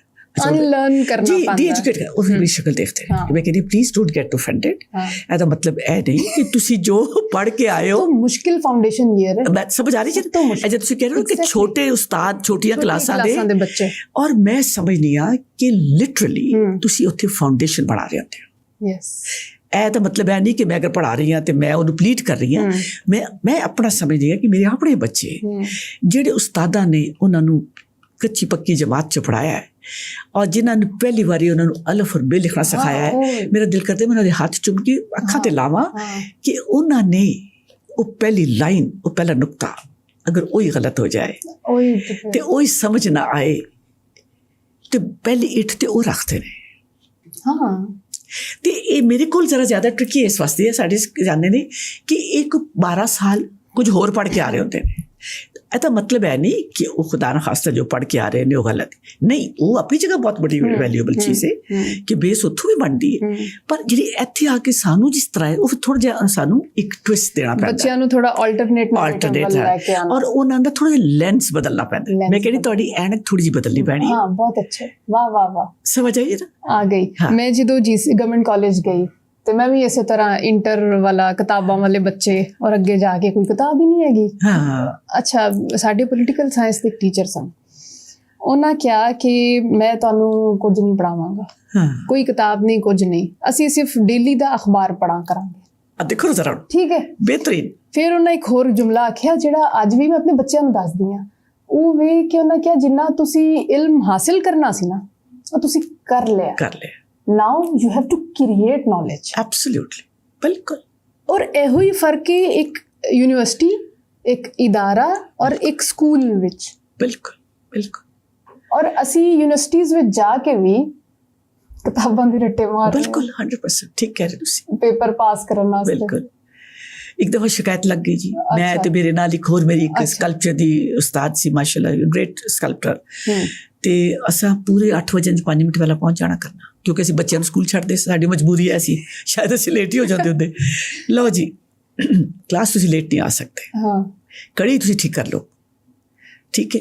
ਅੱਛਾ, ਉਹ ਹੁਣ ਇਹ ਡਿਸਿਪਲਿਨ ਜਿਹੜਾ ਬੜਾ ਜ਼ਰੂਰੀ ਸੀ ਇਸ ਵਾਸਤੇ ਕਿ ਮੈਂ ਉਹਨੂੰ ਕਹਿੰਦੀ ਤੁਹਾਨੂੰ ਬਹੁਤ ਬੁਰਾ ਲੱਗਦਾ ਹੈ ਕਿ ਅਗਰ ਤੁਸੀਂ 5 ਮਿੰਟ ਲੇਟ ਹੋ ਤੇ ਉਸ ਕਲਾਸ 'ਚ ਨਹੀਂ ਆ ਸਕਦੇ, ਠੀਕ ਹੈ।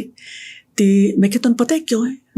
ਕਿਉਂਕਿ ਇੱਥੋਂ ਹੀ ਤੁਹਾਨੂੰ ਡੈਡਲਾਈਨਸ, ਐਗਜ਼ੈਕਟਲੀ ਟਾਈਮ ਮੈਨੇਜਮੈਂਟ ਤੁਹਾਨੂੰ ਇੱਥੋਂ ਸਿਖਾਉਣੀ ਪੈਣੀ।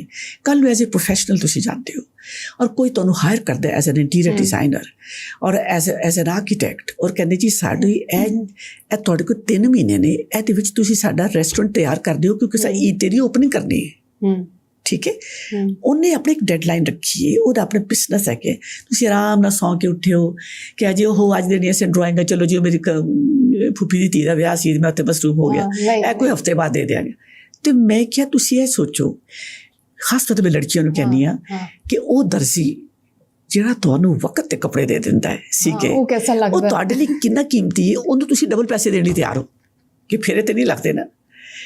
Time management end time commitment ਕਿ ਤੁਹਾਡੇ ਕੋਲ ਇਸ ਵਕਤ ਤੋਂ ਨਹੀਂ ਨਾ ਹੋ ਰਹੀ ਤੇ ਫਿਰ ਤੁਹਾਨੂੰ ਅੰਦਾਜ਼ਾ ਹੋਏਗਾ, ਫਿਰ ਤੁਸੀਂ ਕਦੀ ਟਾਈਮ ਨੂੰ ਮੈਨੇਜ ਨਹੀਂ ਕਰ ਪਾਓਗੇ। ਈਵਨ ਕੁੜੀਆਂ ਵਾਸਤੇ ਜ਼ਿਆਦਾ ਸਮਝਣਾ ਇਸ ਲਈ ਵੀ ਜ਼ਰੂਰੀ ਹੈ ਕਿ ਉਹ ਕਹਿੰਦੀਆਂ ਨੇ ਸਾਡੇ ਅਸੀਂ ਘਰ ਵੀ ਸਾਂਭਦੀਆਂ ਵਾ, ਬਾਹਰ ਵੀ ਸਾਂਭਦੀਆਂ, ਬਿਲਕੁਲ ਉਹਨਾਂ ਚੀਜ਼ਾਂ ਨੂੰ ਮੈਨੇਜ ਕਰਨਾ ਔਰ ਉਹਦੇ ਵਿੱਚ ਪ੍ਰੋਫੈਸ਼ਨਲਿਜ਼ਮ ਲੈ ਕੇ ਆਉਣਾ ਇੰਨਾ ਜ਼ਰੂਰੀ ਹੈ ਨਾ ਕਿ ਹਾਂਡੀ ਵੀ ਪਕਾਣੀ ਹੈ ਲੇਕਿਨ ਨਾਲ ਜਿਹੜਾ ਮੈਂ ਪ੍ਰੋਜੈਕਟ ਕਰ ਰਹੀ ਹਾਂ ਨਾ ਉਹ ਵੀ ਜ਼ਰੂਰੀ ਹੈ। ਔਰ ਜਿਸ ਤੇ ਤੁਹਾਡੇ ਤੇ ਟਰਸਟ ਕੀਤਾ ਹੈ, ਮਤਲਬ ਉਸ ਨੂੰ ਮੈਂ ਤੁਹਾਨੂੰ ਹਾਇਰ ਕੀਤਾ ਹੈ, ਤੁਸੀਂ ਮੈਨੂੰ ਹਾਇਰ ਕੀਤਾ ਹੈ, ਤੇ ਇੱਕ ਕੌਨਫੀਡੈਂਸ ਹੈ ਕਿ ਇਹ ਇਸ ਟਾਈਮ ਤੇ ਪਹੁੰਚ ਜਾਏਗੀ ਜਾਂ ਡਿਲੀਵਰ ਹੋ ਜਾਏਗਾ। ਬਿਲਕੁਲ ਤੁਸੀਂ ਔਰ ਇਸ ਤੁਹਾਡਾ ਇਤਮਾਦ ਜਿਹੜਾ ਇਹਨੂੰ ਹਾਸਿਲ ਕਰਨ ਵਾਸਤੇ ਤੁਹਾਨੂੰ ਸੂਈ ਦੇ ਨੱਕੇ 'ਚ ਲੰਘਣਾ ਪੈਂਦਾ ਹੈ ਔਰ ਤੁਸੀਂ ਵਾਂਸ ਯੂ ਐਸਟੈਬਲਿਸ਼ ਇਟ ਤੇ ਫਿਰ ਅਗਲਾ ਜਿਹੜਾ ਨਾ ਤੁਸੀਂ ਅਗਲੇ ਵਾਸਤੇ ਇੰਡਿਸਪੈਂਸਿਬਲ ਹੋ ਜਾਂਦੇ ਹੋ।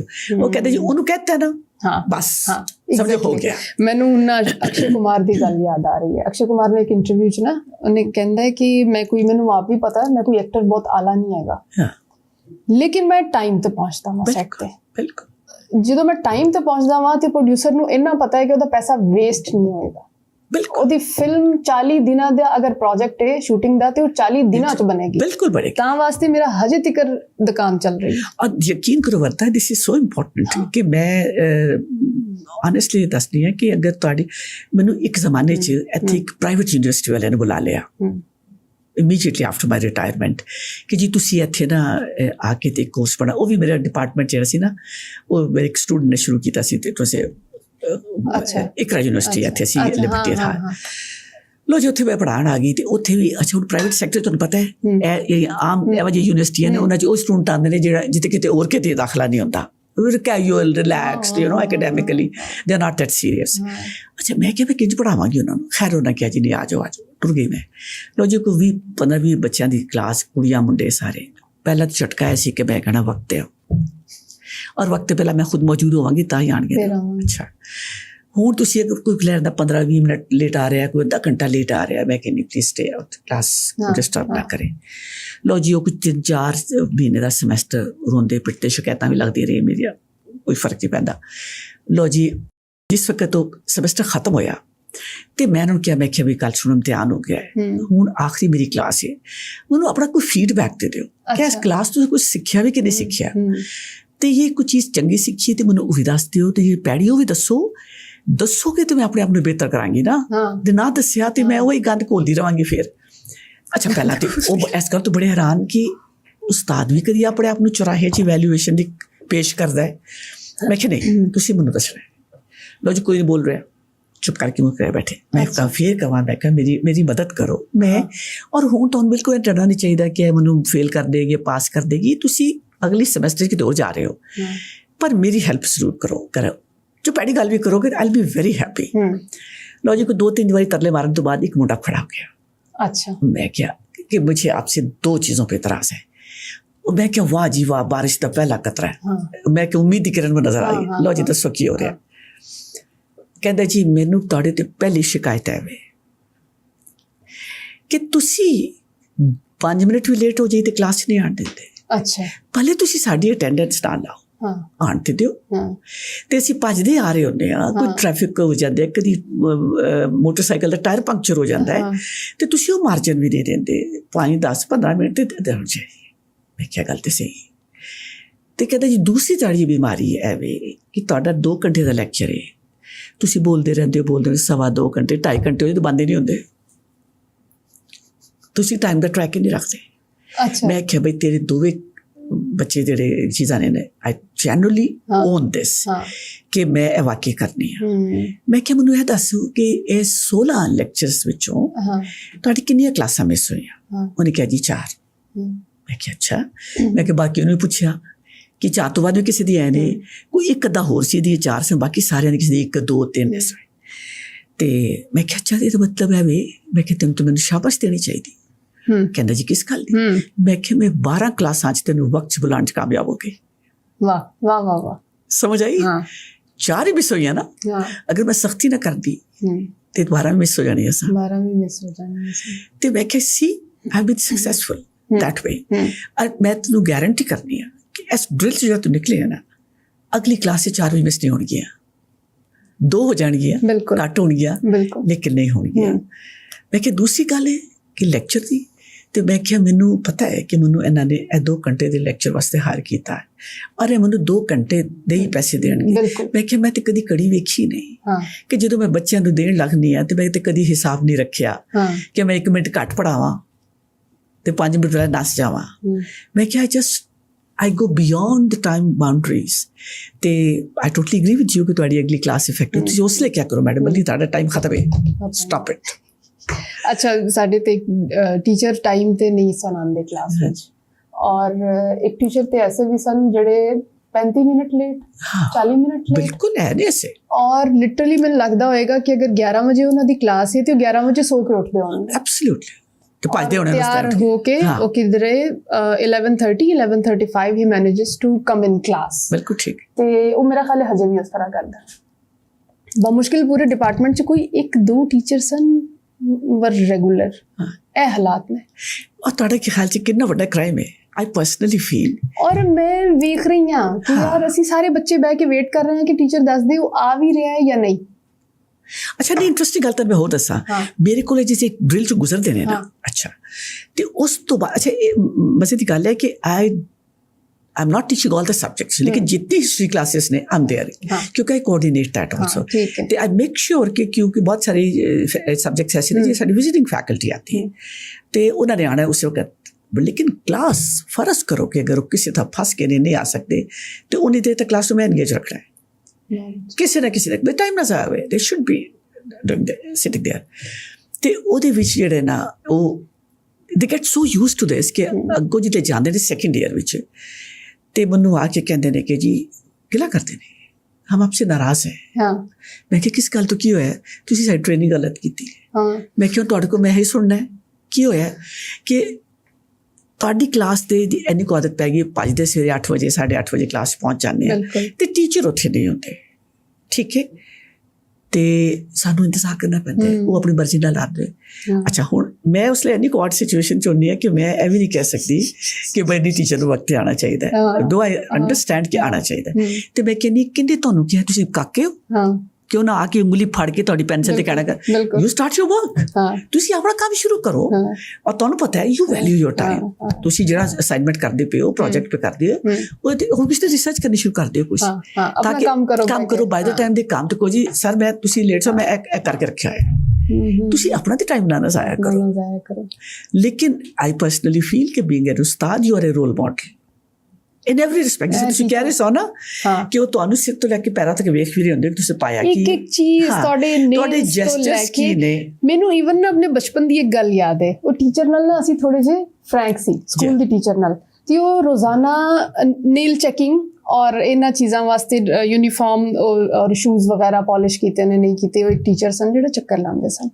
ਆਪ ਉਹਨਾਂ ਨਾ ਮਾਇਆ ਦਾ ਬਿਲਕੁਲ ਜਿਵੇਂ ਨਹੀਂ ਹੁੰਦਾ ਕਿ ਇੱਕ ਸਿਲਵਟ ਵੀ ਨਹੀਂ ਪਈ ਸੂਟ ਤੇ ਉਹ ਜੋ ਪਾਇਆ ਹੁੰਦਾ ਸੀ ਲੇਕਿਨ ਉਹਦੇ ਨੇਲਸ ਬਹੁਤ ਵੱਡੇ ਵੱਡੇ ਸਨ ਠੀਕ ਹੈ ਤੇ ਇੱਕ ਦਿਨ ਉਹਨਾਂ ਨਾ ਕਿਸੇ ਬੱਚੀ ਨੂੰ ਕਹਿਤਾ ਕਿ ਤੂੰ ਆਪਣੇ ਨੇਲਸ ਕੱਟ ਕੇ ਆਣੇ ਹਾਂ ਔਰ ਉਹ ਬੱਚੀ ਨੇ ਅੱਗੋਂ ਬੋਲ ਦਿੱਤਾ मैंने क्या मैडम ऐसा करते हैं आप मेरे काटने में आपके काट लेती हैं हाँ देखो ना मतलब कि दो तरफा फिर रहे एब्सोल्युटली क्योंकि ਤੁਹਾਨੂੰ ਐਜ਼ ਅ ਰੋਲ ਮਾਡਲ ਕਰਦੇ ਅੱਛਾ ਔਰ ਜਿਸ ਤਰ੍ਹਾਂ ਤੁਸੀਂ ਕਹਿ ਰਹੇ ਹੋ ਕਿ ਛੋਟੀ ਛੋਟੀ ਗੱਲ ਕਰਦੇ ਇਹ ਮੈਂ ਬਲਕਿ ਕਿਸੇ ਦਾ ਸ਼ੇਅਰ ਵੀ ਕਰ ਰਹੀ ਸਾਂ ਕਿ ਪਿਛਲੇ ਸਾਲ ਦੀ ਗੱਲ ਹੈ ਕਿ ਮੈਨੂੰ ਅਚਾਨਕ ਕੋਈ ਅਤੇ ਪੇਨ ਲੱਤ ਸ਼ੁਰੂ ਹੋ ਗਈ ਛਟਕਾ ਉਹ ਬਾਅਦ ਪਤਾ ਲੱਗਾ ਅੱਛਾ ਉਹ ਇੰਨੀ ਅੱਛਾ ਮੈਨੂੰ ਤੇ ਬਿਮਾਰੀ ਖੜੇ ਹੋ ਤੇ ਬਹੁਤ ਹੀ ਤੁਹਾਨੂੰ ਪਤਾ ਹੈ ਸੋਚੋ ਕਿ ਪਹਿਲਾਂ ਪਤਾ ਹੀ ਨਹੀਂ ਲੱਗਾ ਕਿ ਇਹ ਛਟਕਾ ਹੈ ਖੈਰ ਇੰਨੀ ਕੋ ਅਨਬੇਅਰੇਬਲ ਹੋ ਗਈ ਕਿ ਮੈਂ ਤੇ 2 ਘੰਟੇ ਤੱਕ ਲੈਕਚਰ ਤੇ ਖੜੇ ਹੋ ਕੇ ਦੇਣਾ ਔਰ ਬਾਸ ਕਾ 2 ਘੰਟੇ ਦੇ ਕੰਸੈਪਟਿਵ ਲੈਕਚਰਸ ਹੋ ਸੀੜੀ ਵੀ ਨਹੀਂ ਚੜਿਆ ਜਾਂਦਾ ਜੀ ਹਾਂ ਅੱਛਾ ਤਾਂ ਉਹ ਮੈਂ ਦਿੰਦੀ ਰਹੀ ਪਰ ਇੱਕ ਦਿਨ ਬਹੁਤ ਹੀ ਅਨਬੇਅਰੇਬਲ ਹੋ ਗਈ ਤੇ ਮੈਂ ਨਾ ਆਪਣਾ ਜਿਹੜਾ ਮੇਰੇ ਨਾਲ ਉੱਥੇ ਆਡੀਓ ਵਿਜ਼ੂਅਲ ਅਸਿਸਟੈਂਟ ਸੀ ਮੈਂ ਉਸ ਨੂੰ ਕਿਹਾ ਅਲੀ ਰਜ਼ਾ ਕੁਰਸੀ ਰੱਖ ਦੇਣਾ मैं जितनी देर तक खड़ी रह सकी ठीक है हो सकता है अनबेयरेबल हो गई तो फिर मुझे माइक दे देना तो मैं कुर्सी पर बैठ जाऊंगी लो जो कुर्सी रख देती वो अद्धा को मैं लैक्चर खड़े होकर देती रही जब अनबेयरेबल हो गई तो मैं उत्थे कुर्सी पर बैठ गई तो बाकी बैठ के मैं हूँ आसमान तक ऑडिटोरियम भरिया है मैं लैक्चर देती जा रही हाँ और उस डिसिपलिन दे नालों सब सुन रहे हैं गल्लां शल्लां हो रही है जिस वक्त क्लास खत्म हुई तुसीं यकीन करो कि इंज एक मजमा आगे मेरे खड़े कर गए आई ओके हाँ मैं क्या क्यों है आपने तो आज तक बैठ के कभी लेक्चर नहीं दिया आज आप बैठ गई तबीयत ठीक है आपकी वी गॉट वरीड अच्छा उनमें उन्होंने भी दस रहे कि मेरी तबीयत ठीक नहीं तो क्या बात है आप क्यों बैठ क्यों गई हैं आप तो आज तक नहीं बैठी आप तो खड़ी रहती है तो मैंने कहा मेरी गाल सुनो जो तो जवानी ज्यादा आ जाती है ना फिर कभी कभी बह भी जाना चाहिए हाँ फिर सब भी नहीं जानती ना बहुत नहीं जानती तो फिर कभी बह भी जाना चाहिए तो मतलब उन्होंने इन्ना भी नोट किया कि आज बैठ के क्यों है हाँ बिल्कुल बिल्कुल साडे ना एक टीचर सन ਜਦੋਂ ਮੈਂ ਜੀਸੀ ਵਿੱਚ ਦਾਖਲਾ ਮੇਰਾ ਹੋਇਆ ਤੇ ਉਦੋਂ ਉਹਨਾਂ ਦਾ ਆਖਰੀ ਸਾਲ ਸੀ ਉਸ ਤੋਂ ਬਾਅਦ ਉਹਨਾਂ ਦੀ ਡੈਥ ਹੋ ਗਈ ਉਹ ਮੇਰਾ ਖਿਆਲ ਹੈ ਕਿ ਉਹ ਜਿਹੜੇ ਸਿਲਸਿਲੇ ਦੇ ਤੁਸੀਂ ਟੀਚਰ ਹੋ ਜਾਂ ਉਹ ਤਾਰਿਕ ਜ਼ੈਦੀ ਸਾਹਿਬ ਸਨ ਇਹ ਆਖਰੀ ਲੋਕ ਨੇ ਉਸ ਪੌਦ ਦੇ ਜਿਹੜੀ ਇੱਕ ਟੀਚਰਸ ਦੀ ਜਿਹੜੇ ਉਸਤਾਦ ਹੁੰਦੇ ਸਨ ਉਹਨਾਂ ਨੇ ਨਾ ਅਗਰ ਤੁਸੀਂ ਉਹਨਾਂ ਨੂੰ ਸੜਕ ਤੇ ਵੀ ਕਹਿਤਾ ਨਾ ਗਵਰਨਮੈਂਟ ਕਾਲਜ ਦੇ ਬਾਹਰ ਬੈਂਕ ਦੇ ਸਾਹਮਣੇ ਤੁਸੀਂ ਕਹੇ ਕਿ ਜ਼ੈਦੀ साहब वो जो नून में राशिद की नज़्म है ना हाँ वो समझ नहीं आ रही तो ਉੱਥੇ ਬਹਿ ਜਾਣਗੇ ਐਗਜ਼ੈਕਟਲੀ ਮੇਰੇ ਵਾਲਾ ਕੇਸ ਉੱਥੇ ਹੀ ਬਹਿ ਕੇ ਪੂਰੀ ਪੜਾ ਕੇ ਫਿਰ ਉਹ ਨਿਕਲਣਗੇ ਜਾਂ ਕਹਿਣਗੇ ਕਿ ਚੱਲ ਕੈਂਟੀਨ ਤੱਕ ਆ ਜਾ ਚਾਹ ਪੀਂਦੇ ਆ ਨਾਲ ਮੈਂ ਤਾਂ ਕੋਈ ਬੰਨੀ ਹੋਈ ਉੱਥੇ ਬਹਿ ਜਾਵਾਂ ਕਿਤੇ ਆ ਜਾ ਐਗਜ਼ੈਕਟਲੀ एग्जैक्टली को पौड़ी उत्थे बह जाने। हाँ तो मेरा अपना ख्याल है कि शागिर्द ते उस्ताद दा रिश्ता ऐसा ही होना चाहिए। ऐसा ही मैं अपने स्टूडेंट्स को पता की कहनी पता मैं कहनी आ तुसी एक चीज ऐस नोट करो कि कुरान पाक विच भी जगह जगह ते साडी मजहबी किताबां च भी माँ बाप का एहतराम ठीक है। अल्लाह ताला जिथे क्या कि मेरी इबादत करो सब अगली गल की थी माँ बाप ते जिथे माँ बाप की तो उस तो बाद उस्ताद ठीक है। कितनी वड्डी रिस्पॉन्सिबिलिटी है और कितना वड्डा रुतबा है उस्ताद का ठीक है। जी बात मैं लिटरली कंब जानी है recently I started realizing it कि अल्लाह पाक की इन्नी वड्डी जिम्मेदारी जी तुसी नबी पैगंबरां नूं दित्ती मेरे जैसी गुनाहगार औरत नूं तुसां क्या कि तू तालीम देनी मतलब मैं तो अपने आप को इस काबिल नहीं समझती। तुसी ये सोचो कि मैं स्टूडेंट्स को हमेशा कहनी हाँ कि आप हमारा ट्रैक रखती मैंने कहा तुहानूं कुछ अंदाजा है कि तुहाडे माँ बाप अपनी जात दे इलावा या अपने माँ बाप की जात के अलावा तो बाद अगर किसी शख्स किसी हस्ती ते ट्रस्ट कर दे तो उस्ताद है। सुबह सवेरे तुम जवान हो या बच्चे हो तैयार करके सारा नाश्ता करा के मोटरसाइकिलों ते गड्डियां ते लिया के छड़ के किदे हवाले करके जाते हैं 6-7 घंटिया वास्ते उस्ताद के हवाले इस ट्रस्ट के नाल कि साढ़े तो ज्यादा ऐ तरबियत करेगा। कितनी वड्डी अपनी अमानत है तुसी बच्चे अपने माँ बाप की अमानत तो जेडे मेरे हवाले करके 5-6 घंटे ले जाते ने ऐसे तमाते कि मैं उन्हें जिन्ना तो नहीं लेकिन उन्हें बराबर कुछ नेड़े नेड़े थोड़ा ध्यान रखांगी ते मैं जो वो अमानत जो मेरे हवाले करके जाणगी ते मैं अखा बंद किस तरह कर सकनी हाँ। फिर जो तुसी मेरी क्लास मिस करोगे या बह के गप्पा मारोगे तो मैं तुहानूं फड़काना है तुहानूं मैं डांटना है कि इस मकसद लिया करो क्योंकि उस अमानत उस टाइम दी अमानत विच खयानत नहीं हो सकती। And if I am not delivering and if I am not giving you what you deserve और जेडे तुहाडे पेरेंट्स है सोच के मेरे को छड्ड के जांदे ने ते इस तो वड्डी डिसऑनेस्टी कोई हो नहीं सकती। हुण आ जांदे आ जिहड़ा अज दे साडे टीचर्स ने HEC ने की कीता कि हर टीचर रिसर्चर नहीं होंदा बिल्कुल ठीक और हर रिसर्चर अच्छा टीचर नहीं होंदा बिल्कुल ठीक। उन्होंने कहा कि टीचर नूं रिसर्चर भी होना चाहिए और कहता कि अच्छा जिहड़ा साल विच ना 2 मकाले भी लिखेगा ना तहकीकी उन्होंने इन्ना इंक्रीमेंट मिलेगा। ए तनख्वाह दा स्केल है वो इन्ना बनिया वाला बिल्कुल हो गया एक ताल्लुक हो गया टीचर स्टूडेंट दा। अच्छा कि टीचर जिहड़ा ना वो बेचारे नूं अपने मकाले दी फिक्र पै गई लेक्चर प्रिपेयर करना ज़हन च नहीं आंदा पिया बिल्कुल ठीक। फिर वो किधरे इंक्रीमेंट्स वास्ते लड़ रहा है बिल्कुल तनख्वाह वास्ते लड़ रहा है सड़कों ते खलोता है धक्के खा रहा है बिल्कुल सही कह। और एक टाइम वो असीं दिंदे आ वेखदे आ जिथे उस्ताद वास्ते बादशाह भी खलो जांदा है अदालत विच भी कुर्सी रखी जाती है उस्ताद वास्ते या वेस्टर्न मुआशरियां जिस तरह उस्ताद मुआशरे होर ने वो सोसाइटी हो रही मैं अपनी अखां विच कदी नहीं देखिया अपनी जिंदगी में नहीं देखिया। हाँ स्टूडेंट्स डेफिनेटली वैल्यू करते हैं अपने उस्ताद नूं।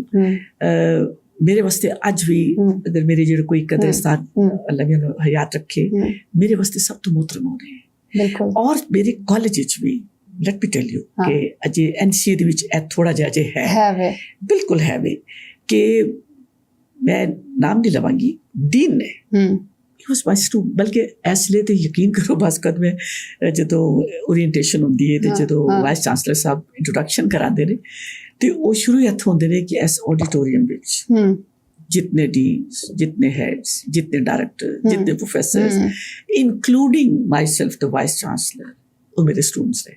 हाँ ऐसा ही है।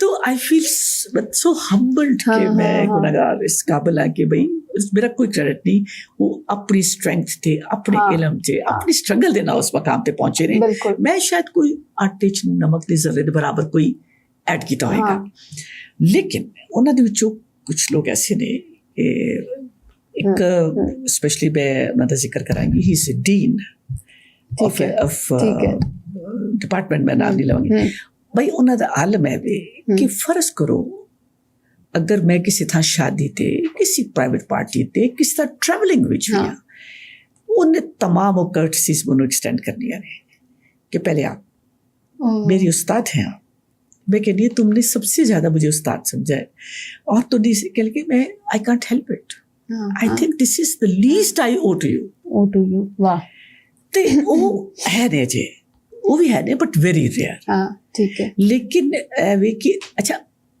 ਮਜ਼ੇ ਦੀ ਗੱਲ ਹੈ, ਇਹ ਤਰਬੀਅਤ ਵੀ ਤੇ ਅਸਾਂ ਉਸਤਾਦਾਂ ਨੇ ਦੇਣੀ ਹੈ ਨਾ।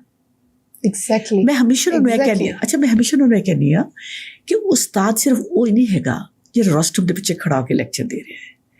ਉਹ ਅਸਿਸਟੈਂਟ ਜਿਹੜਾ ਤੁਹਾਨੂੰ ਪਲਾਸਟਰ ਆਫ ਪੈਰਿਸ ਨੂੰ ਮਿਕਸ ਕਰਨ ਦਾ ਉਹ ਦੱਸਦਾ ਕਿ ਪਾਣੀ ਦਾ ਰੇਸ਼ੋ ਕੀ ਹੋਣਾ ਚਾਹੀਦਾ ਔਰ ਸੈਟਿੰਗ ਟਾਈਮ ਕੀ ਹੈ, ਉਹ ਵੀ ਤੁਹਾਡਾ ਉਸਤਾਦ ਹੈ। ਉਹ ਵੀ ਉਸਤਾਦ ਹੈ। ਇੱਕ ਹੈ ਜਿਹੜਾ ਇੱਥੇ ਮਾਲੀ ਜਾਂ ਕਚਰਾ ਜਿਹੜਾ ਚੁੱਕਦਾ ਪਿਆ, ਸਫਾਈ ਪੇ ਕਰਦਾ ਹੈ ਔਰ ਇਹਨੂੰ ਕਿਸ ਤਰ੍ਹਾਂ ਸਾਫ਼ ਕਰਨਾ ਹੈ, ਉਹ ਵੀ ਤੁਹਾਡਾ ਉਸਤਾਦ ਹੈ। ਤੇ ਤੁਸੀਂ ਜਦੋਂ ਸਿੱਖਣ ਦੇ ਲੈਵਲ ਤੇ ਹੁੰਦੇ ਹੋ ਨਾ, ਤੇ ਔਰ ਜਿਹੜਾ ਵੀ ਤੁਹਾਨੂੰ ਛੋਟੀ ਤੋਂ ਛੋਟੀ, ਮੈਂ ਹਮੇਸ਼ਾ ਉਹਨੂੰ ਕਹਿੰਦੀ ਹਾਂ ਤੁਹਾਨੂੰ ਪਤਾ ਮੇਰੇ ਉਸਤਾਦ ਵੀ ਤੁਸੀਂ ਹੋ। ਬਿਲਕੁਲ ਬਿਲਕੁਲ। ਤੁਸੀਂ ਜੋ ਕੁਛ ਕੱਚਾ ਪੱਕਾ ਮੈਂ ਕੋਈ ਜ਼ਿੰਦਗੀ ਸਿੱਖਿਆ ਉਹਦੇ 'ਚ ਤੁਹਾਡਾ ਬੜਾ ਰੋਲ ਹੈ।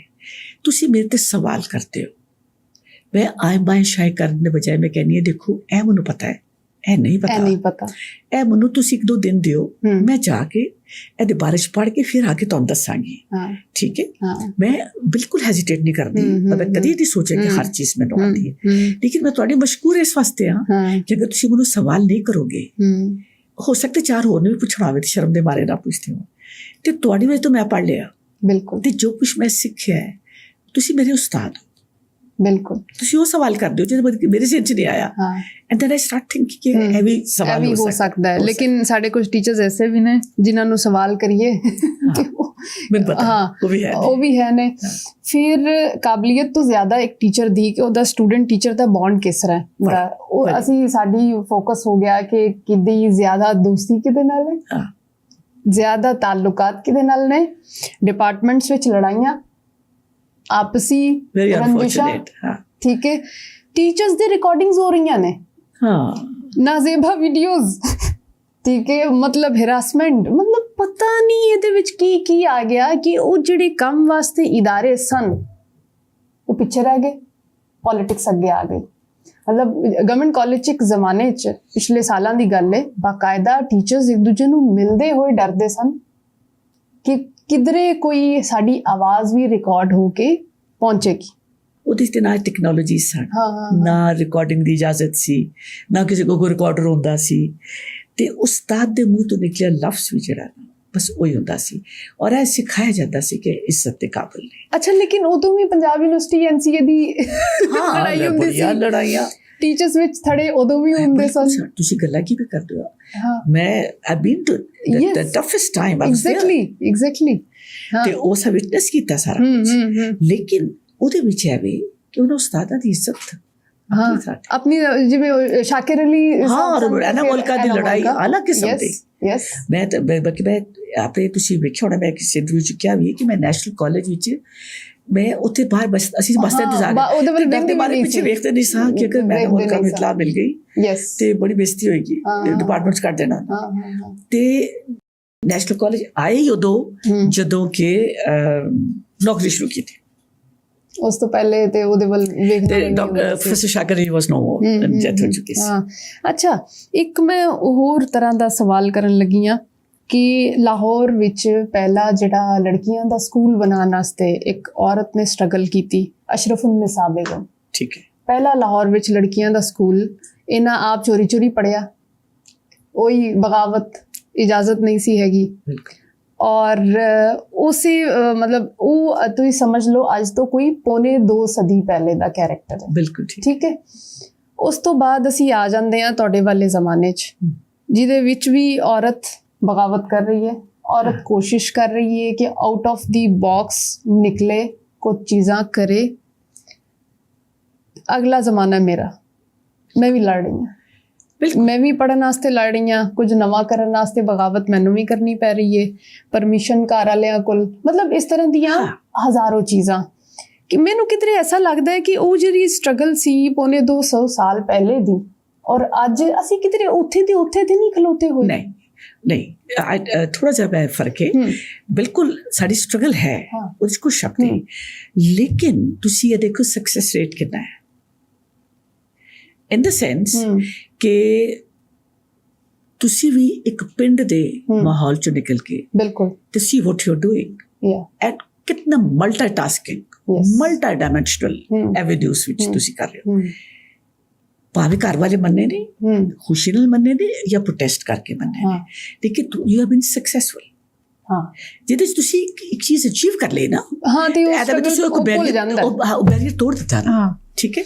ਅੱਛਾ, ਤੇ ਉਸ ਸਿਚੁਏਸ਼ਨ ਵਿੱਚ ਮੈਨੂੰ ਯਾਦ ਹੈ ਕਿ ਮੈਂ ਆਪਣੇ, ਅੱਛਾ ਉਹ ਔਰ ਕੀ ਚੱਲੇਗਾ, ਇਹ ਜਨਰੇਸ਼ਨ ਦਰ ਜਨਰੇਸ਼ਨ ਚੱਲੇਗਾ।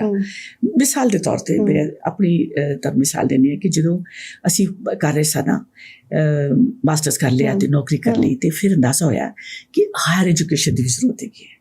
ਵਿਆਹ ਹੋ ਗਿਆ ਤੇ ਫਿਰ ਇਹ ਵੀ ਕਿ ਖਾਸ ਤੌਰ 'ਤੇ ਨੈਸ਼ਨਲ ਕਾਲਜ ਵਿੱਚ ਆਏ ਜਦੋਂ, ਤੇ ਇੱਥੇ ਅੰਦਾਜ਼ਾ ਹੋਇਆ ਕਿ ਤੁਹਾਨੂੰ ਬਹੁਤ ਐਕਸਪੋਜ਼ਰ ਕਰਨ ਦੀ ਜ਼ਰੂਰਤ ਹੈਗੀ। ਤੇ ਮੈਂ ਕਿਹਾ ਕਿ ਮੈਂ ਤੇ ਪੜ੍ਹਨ ਜਾਣਾ ਹੈ, ਅਜੇ ਬੱਚੇ ਸ਼ਿਜੇ ਕੋਈ ਨਹੀਂ ਸਨ। ਅੱਛਾ, ਤੇ ਇੱਕ ਮਿਲ ਗਿਆ ਜੀ, ਟਰਕਿਸ਼ ਸਕਾਲਰਸ਼ਿਪ ਮਿਲ ਗਿਆ, ਟਰਕੀ ਦਾ।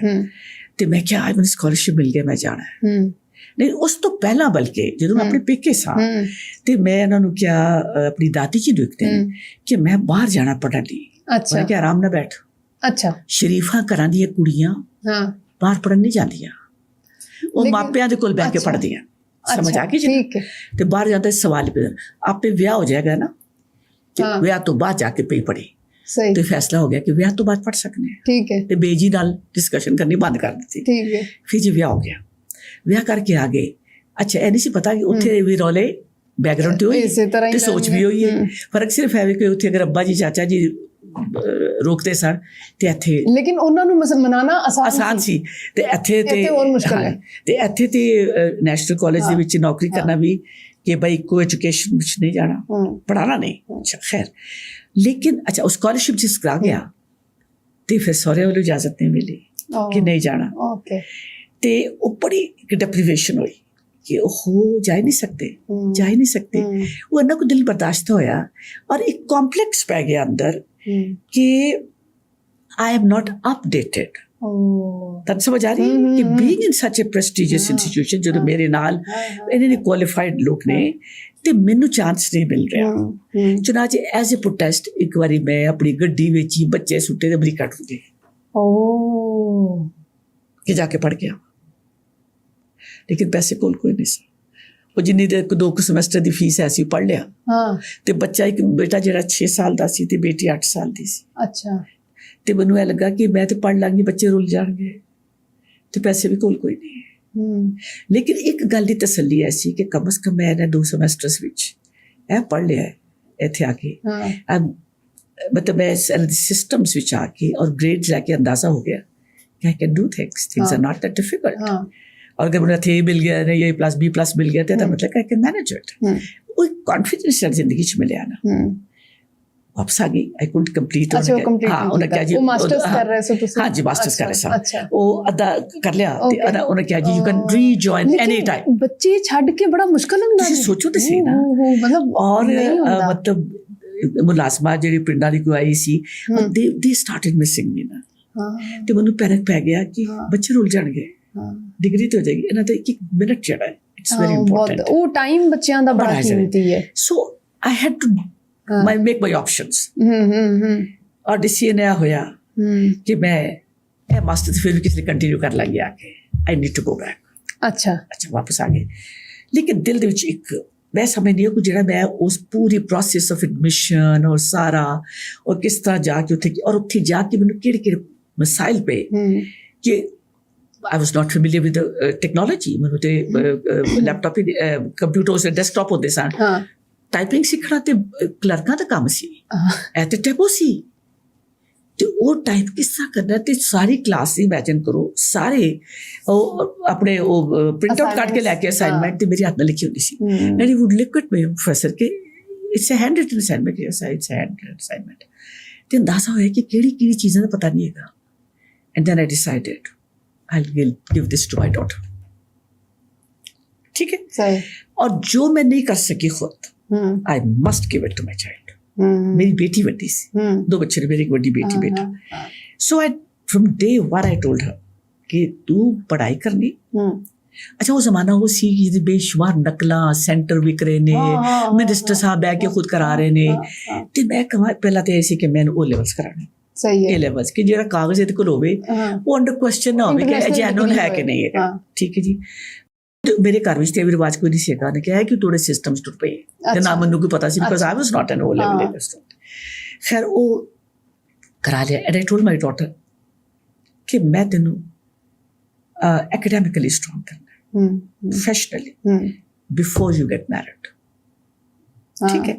ਔਰ ਉਹਦੇ ਵਿੱਚ ਵਿਆਹ ਤੋਂ ਬਾਅਦ ਨਹੀਂ ਜਾ ਸਕਦੀ, ਤੇ ਤੂੰ ਇਹ ਲੈਵਲ ਵਿੱਚ ਚੱਲੇ ਕੋ ਗ੍ਰੇਡਸ ਅੱਛੇ ਲੈ ਕਿ ਮੈਂ ਤੈਨੂੰ ਅਮਰੀਕਾ ਪੜ੍ਹਨ ਨਿਕਲ ਲਾਂਗੀ। ਔਰ ਉਸ ਸਟਰਗਲ ਚ ਮੇਰੀ ਬੇਟੀ, and I prepared her and I gave her the confidence. My husband was not in favour of, ਮੇਰੇ ਮੀਆਂ ਨੇ ਕਿਹਾ ਇੰਨੀ ਯੰਗ ਉਮਰ ਚ 17.5-18 ਸਾਲ ਉਮਰ ਵੀ ਇਹਨੂੰ ਵਲੈਤ ਕੱਲੀ ਕਰ ਦੇਗੀ। ਮੈਂ ਕਿ ਜਾਣਦੇ ਹੋ, ਕਿਉਂਕਿ ਉਸ ਤੋਂ ਪਹਿਲਾਂ ਮੈਨੂੰ ਕੋ ਐਜੂਕੇਸ਼ਨ ਦੇ ਵਿੱਚ ਪਾ ਦਿੱਤਾ ਸੀ, ਉਹਦੇ ਚ ਵੀ ਹੀ ਵਾਸ ਵੈਰੀ ਅਪਸੈਟ ਕਿ ਕਨਵਰਟ ਚੋਂ ਨਿਕਲ ਕੇ ਤੂੰ ਬੱਚੀ ਨੂੰ ਇਹਦੇ ਚ ਪਾ ਦਿੱਤਾ, ਦੇਖ ਲੈ ਮੁਸ਼ਕਿਲ ਪੈ ਜਾਣੀ। ਮੈਂ ਕਿਹਾ ਇਹਦੇ ਟੈਸਟ ਗਰਾਊਂਡ ਹੈ, ਅਗਰ ਇਹਨੇ ਇੱਥੇ ਆਪਣਾ ਕੁਝ ਸੰਭਾਲ ਲਿਆ ਮੈਂ ਅੱਖਾਂ ਬੰਦ ਕਰਕੇ ਇਹਨੂੰ ਬਾਹਰ ਕੱਢ ਦਿਆਂਗੀ। ਲੋ ਜੀ, ਉਹਨੂੰ ਕੋ 50% ਸਕਾਲਰਸ਼ਿਪ ਮਿਲ ਗਿਆ, ਤੇ ਮੈਂ ਇੱਕ ਦਿਨ ਸਿੱਧੇ ਉਹਨੂੰ ਜਹਾਜ਼ ਤੇ ਚੜਾ ਦਿੱਤਾ। ਅਮਰੀਕਾ 'ਚ ਕੋਈ ਬੰਦਾ ਨਹੀਂ ਜਗਾ ਜਿਹੜਾ ਉਹਨੂੰ 에ਅਰਪੋਰਟ ਤੋਂ ਲੈ ਕੇ ਯੂਨੀਵਰਸਿਟੀ ਤੱਕ ਛੱਡੇ।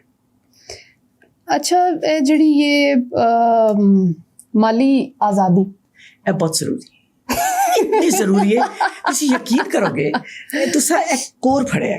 ਹਾਂ, ਇਹ ਉਸੇ ਵਾਸਤੇ ਪੋਸੀਬਲ ਸੀ ਜਿਹੜਾ ਤੁਸੀਂ ਕਹਿੰਦੇ ਮੈਂ ਉਹਨੂੰ ਚੜਾਤਾ ਜਹਾਜ਼ ਤੇ ਮੇਰੇ ਦਿਨ ਚ ਆਇਆ। ਅਗਰ ਤੁਹਾਡੀ ਜੇਬ 'ਚ ਆਪਣੇ ਪੈਸੇ ਨਾ ਹੁੰਦੇ, exactly. So I had started collecting money for this, and my husband, I give him a full support ਕਿ ਉਹਨਾਂ ਨੇ ਕਿਹਾ ਕਿ ਉਹਨਾਂ ਨੂੰ ਫਾਈਨੈਂਸ਼ੀਅਲ ਸਪੋਰਟ ਦਾ ਮਸਲਾ ਨਹੀਂ ਸੀ, ਉਹਨਾਂ ਨੂੰ ਇਮੋਸ਼ਨਲ ਤੇ ਸੋਸ਼ਲ ਪ੍ਰੈਸ਼ਰਸ ਜਿਹੜੇ ਸਨ ਨਾ।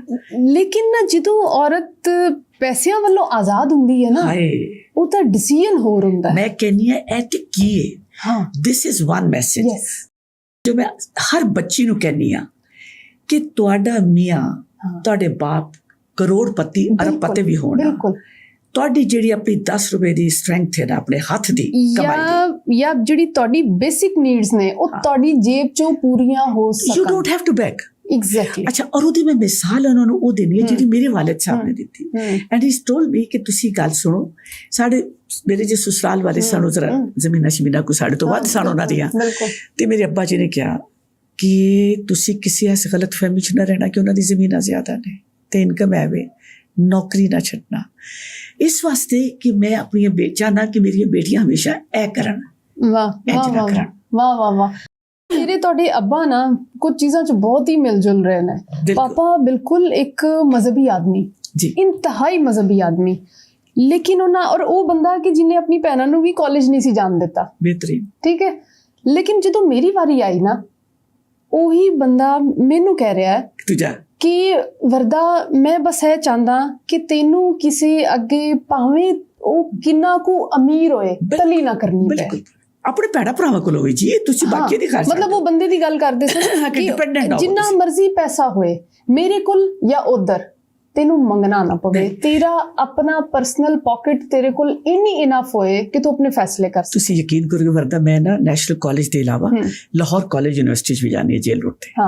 ਉੱਥੇ ਮੈਂ ਇੰਟੀਰੀਅਰ ਸਟੂਡੈਂਟਸ ਨੂੰ ਪੜ੍ਹਾਉਂਦੀ ਹਾਂ। ਮੇਰਾ ਇੱਕੋ ਹੀ ਮੈਸੇਜ ਹੈ ਕਿ ਤੁਸੀਂ, ਮੈਂ ਕਹਿੰਦੀ ਹਾਂ ਕਿ ਤੁਸੀਂ ਇਸ ਕਿਸਮ ਦੀ ਕੋਈ ਸਕਿੱਲ ਸਿੱਖ ਲਓ ਕਿ ਅਗਰ ਤੁਹਾਨੂੰ ਘਰ ਤੋਂ ਬਾਹਰ ਜਾਣ ਦੀ ਇਜਾਜ਼ਤ ਨਾ ਵੀ ਮਿਲੇ ਨਾ, ਤੇ ਤੁਸੀਂ you could work from home, ਕਿ ਤੁਹਾਡੇ ਕੋਲ ਇਨਕਮ ਆਉਣੀ ਚਾਹੀਦੀ ਹੈ, ਤੁਸੀਂ ਫਾਈਨੈਂਸ਼ੀਅਲੀ। ਪਰ ਇਹ ਨਹੀਂ ਕਿ ਤੁਸੀਂ ਨੀਡੀ ਹੋ, ਨੋ ਇਟਸ ਬਿਯੋਂਡ ਦੈਟ। ਅੱਛਾ, ਇੱਕ ਇਸ ਤੋਂ ਇਲਾਵਾ ਹੋਰ ਵੀ ਦੇਖੋ ਜੀ, ਇੱਕ ਤੇ ਪੈਸੇ ਤੇ ਹੋ ਗਏ, ਇੱਕ ਕੌਨਫੀਡੈਂਸ ਵੀ ਤੇ ਹੈ। ਐਗਜ਼ੈਕਟਲੀ, ਅਸਲ ਚੀਜ਼ ਉਹ ਕੌਨਫੀਡੈਂਸ, ਜਿਹੜਾ ਪੈਸੇ ਨਹੀਂ ਨੇ, ਅੱਖਾਂ ਖੁੱਲਦੀਆਂ ਨੇ, ਤੁਹਾਨੂੰ ਆਪਣੀ ਕੈਪੇਬਿਲਿਟੀਜ਼ ਦਾ ਅੰਦਾਜ਼ਾ ਹੁੰਦਾ ਹੈ ਕਿ ਮੈਂ ਕੀ ਕੁਝ ਕਰ ਸਕਦੀ ਹਾਂ, ਔਰ ਉਹ ਤੁਹਾਨੂੰ ਜ਼ਮਾਨੇ ਦੇ ਧੱਕੇ ਸਿਖਾਉਂਦੇ ਨੇ। ਐਗਜ਼ੈਕਟਲੀ, ਠੀਕ ਹੈ। ਮੈਂ ਆਪਣੇ ਆਪ ਨੂੰ ਦੇਖਾਂ ਨਾ, ਤੇ ਜ਼ਿੰਦਗੀ ਦਾ ਉਹ ਦੌਰ ਜਦੋਂ ਮੈਨੂੰ ਕਿਸੇ ਕੋਲ ਖਰਚੀ ਲੈਣੀ ਪੈਂਦੀ ਸੀ, ਉਹ ਬੇਸ਼ੱਕ ਮੇਰੇ ਪੇਰੈਂਟਸ ਹੋਣ, ਉਸ ਦੌਰ 'ਚ ਔਰ ਅੱਜ ਦੇ ਦੌਰ 'ਚ ਮੇਰੇ ਫੈਸਲਿਆਂ 'ਚ ਜ਼ਮੀਨ ਆਸਮਾਨ ਦਾ ਫਰਕ। ਐਬਸੋਲੂਟਲੀ, ਕਿਉਂਕਿ ਤੁਸੀਂ ਡਿਪੈਂਡੈਂਟ ਨਹੀਂ ਨਾ ਹੈਗੇ। ਐਗਜ਼ੈਕਟਲੀ, ਔਰ ਫਾਈਨੈਂਸ਼ੀਅਲ ਡਿਪੈਂਡੈਂਸ ਜਿਹੜੀ ਹੈ ਇਹ ਸਭ ਤੋਂ ਭੈੜੀ ਹੈ, ਸਭ ਤੋਂ ਭੈੜੀ ਹੈ, ਸਭ ਤੋਂ ਭੈੜੀ। ਤੇ ਮੈਂ ਇਸੇ ਵਾਸਤੇ ਪਹਿਲੇ ਸੋਚ ਲਿਆ ਸੀ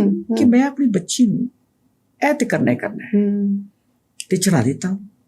ਤੇ ਉਹ 5 ਸਾਲ ਬਾਹਰ ਰਹੀ, ਫਿਰ ਉੱਥੋਂ ਅੰਡਰਗ੍ਰੈਡ ਕਰਕੇ ਆਈ, ਔਰ ਅੱਜ ਵੀ ਜਦੋਂ ਮੇਰੇ ਨਾਲ ਉਹ ਗੱਲ ਕਰਦੀ ਹੈ ਨਾ, ਤੇ ਮੈਨੂੰ ਕਹਿੰਦੀ ਹੈ ਕਿ ਅੰਮੀ आपने जो कुछ मेरे लिए किया उसका तो कोई हिसाब ही नहीं, लेकिन जो आपने मुझे फॉरेन एजुकेशन दे दी, हाँ, वो मैं आपका एहसान उतार ही नहीं। और एक तरह बच्चा डी क्लास हो जाता है, बिल्कुल, ਜਿਹੜਾ ਘਰ ਮਾਸੀ ਬਾਜੀ ਬਿਲਕੁਲ ਉਹਨੂੰ ਸਭ ਆਪ ਕਰਨਾ ਹੈ। ਨਾਟ ਓਨਲੀ ਦਿਸ, ਮੇਰੀ ਆਪਣੀ ਬਹੂ, ਮੇਰਾ ਬੇਟਾ, ਇਹਨਾਂ ਸਾਰੇ ਪੜ੍ਹਾਈ ਵਿਆਹ ਤੋਂ ਬਾਅਦ ਕੀਤੀ। ਅੱਛਾ। तो she had just done her A levels। सी यकीन करोगे पूरा सपोर्ट मैं किया। और शुक्र है अल्लाह दा मेरा बेटा मेरे नाल सी इस चीज कि तुसी अपनी पढ़ाई भी करनी and you need to work also if you feel like कि फाइनेंशियल इंडिपेंडेंस दे कोल होवे, भावे जो मर्जी कर। और तेरी ग्रोथ एकेडमिकली एंड प्रोफेशनली हर सूरत च होनी चाहिए ताकि you should not be dependent on your husband at all। ਅੱਛਾ, ਤੁਸੀਂ ਕਦੀ ਮਦਰਸਿਆਂ ਦੇ ਕੋਈ ਇਜਤਮਾ ਜਿਹੜੇ ਹੁੰਦੇ ਨੇ ਉਹਨਾਂ ਦੇ ਇਸ਼ਤਿਹਾਰ ਦੇਖੇ ਨੇ ਜਾਂ ਕਦੀ ਕਬਰਸਤਾਨ ਵਿੱਚ ਜਾ ਕੇ ਦੇਖਿਆ? ਔਰਤਾਂ ਦੇ ਨਾਲ ਲਿਖੇ ਹੁੰਦੇ ਨੇ ਬਿਨਤੇ ਅਬਦੁਲ ਵਹੀਦ ਜੀ, ਇਬਨੇ ਫਲਾਂ। ਬਿਲਕੁਲ ਠੀਕ ਹੈ। ਜਿਹੜੀ ਮੇਰੀ ਆਇਡੈਂਟੀਟੀ ਹੈ ਨਾ, ਕਿਸੇ ਦੀ ਬੇਟੀ, ਕਿਸੇ ਦੀ ਬੀਵੀ, ਕਿਸੇ ਦੀ ਭੈਣ ਤੋਂ ਇਲਾਵਾ ਵਰਦਾ ਸ਼ਹਿਜ਼ਾਦੀ। ਸੁਣ ਲਓ, ਉਹ ਤਾਂ ਵੀ ਮੈਂ ਤੁਹਾਨੂੰ ਦੱਸ ਦਿੰਦੀ ਹਾਂ। You are so right. ਮੈਂ ਆਪਣੇ ਸਟੂਡੈਂਟਸ ਨੂੰ ਕਹਿੰਦੀ ਹਾਂ, ਲੜਕੀਆਂ ਨੂੰ ਖਾਸ ਤੌਰ ਤੇ, ਮੁੰਡੇ ਕਹਿੰਦੇ ਨੇ ਜੀ ਤੁਸੀਂ ਕੀ ਕਰਦੇ ਪਏ ਹੋ ਨਾ, ਮੈਂ ਉਹਨਾਂ ਨੂੰ ਕਿਹਾ, ਮੈਂ ਕਿਹਾ ਮੇਰੀ ਗੱਲ ਸੁਣੋ, ਮੇਰਾ ਨਾਮ ਨਾਹੀਦ ਸ਼ਹਿਨਾਜ਼ ਸੀ, ਲੇਕਿਨ ਉਹ ਘਰ 'ਚ ਸ਼ਹਿਨਾਜ਼ ਸਾਰੇ ਬੁਲਾਉਂਦੇ ਸੀ, ਠੀਕ ਹੈ, ਦਿਸ ਵਾਸ ਮਾਈ ਨੇਮ। ਤੇ ਮੈਂ ਬੜਾ ਪਹਿਲਾਂ ਸ਼ਹਿਨਾਜ਼ ਚੌਧਰੀ ਲਿਖਦੀ ਸਾਂ, ਫਿਰ ਜਦੋਂ ਵਿਆਹ ਹੋ ਗਿਆ ਮੈਂ ਕਹਿੰਦਾ ਮੋਮੈਂਟ ਆਈ ਸਾਈਨਡ ਇਨ ਡਾਕੂਮੈਂਟ ਤੇ ਉਛਲ ਕੇ ਫੌਰਨ ਮੱਲੀ ਨਾਮ ਡਾਲ ਗਿਆ। ठीक है कि I mean I don't know, कोई समझाने वाला भी नहीं सी हैगा ते अकल भी नहीं सी हैगी। अच्छा मैंने कहा लो जी वो शहनाज तो मैं शहनाज मल्ली हो गई, ठीक हो गया। मतलब वो एक दिन विच ना वो चेंज हो गया, आइडेंटिटी बदल जाती है। अब उदो शनाख्ती कार्ड ते है नहीं सानू, सारे पासपोर्ट ये वो सब ते नाम है।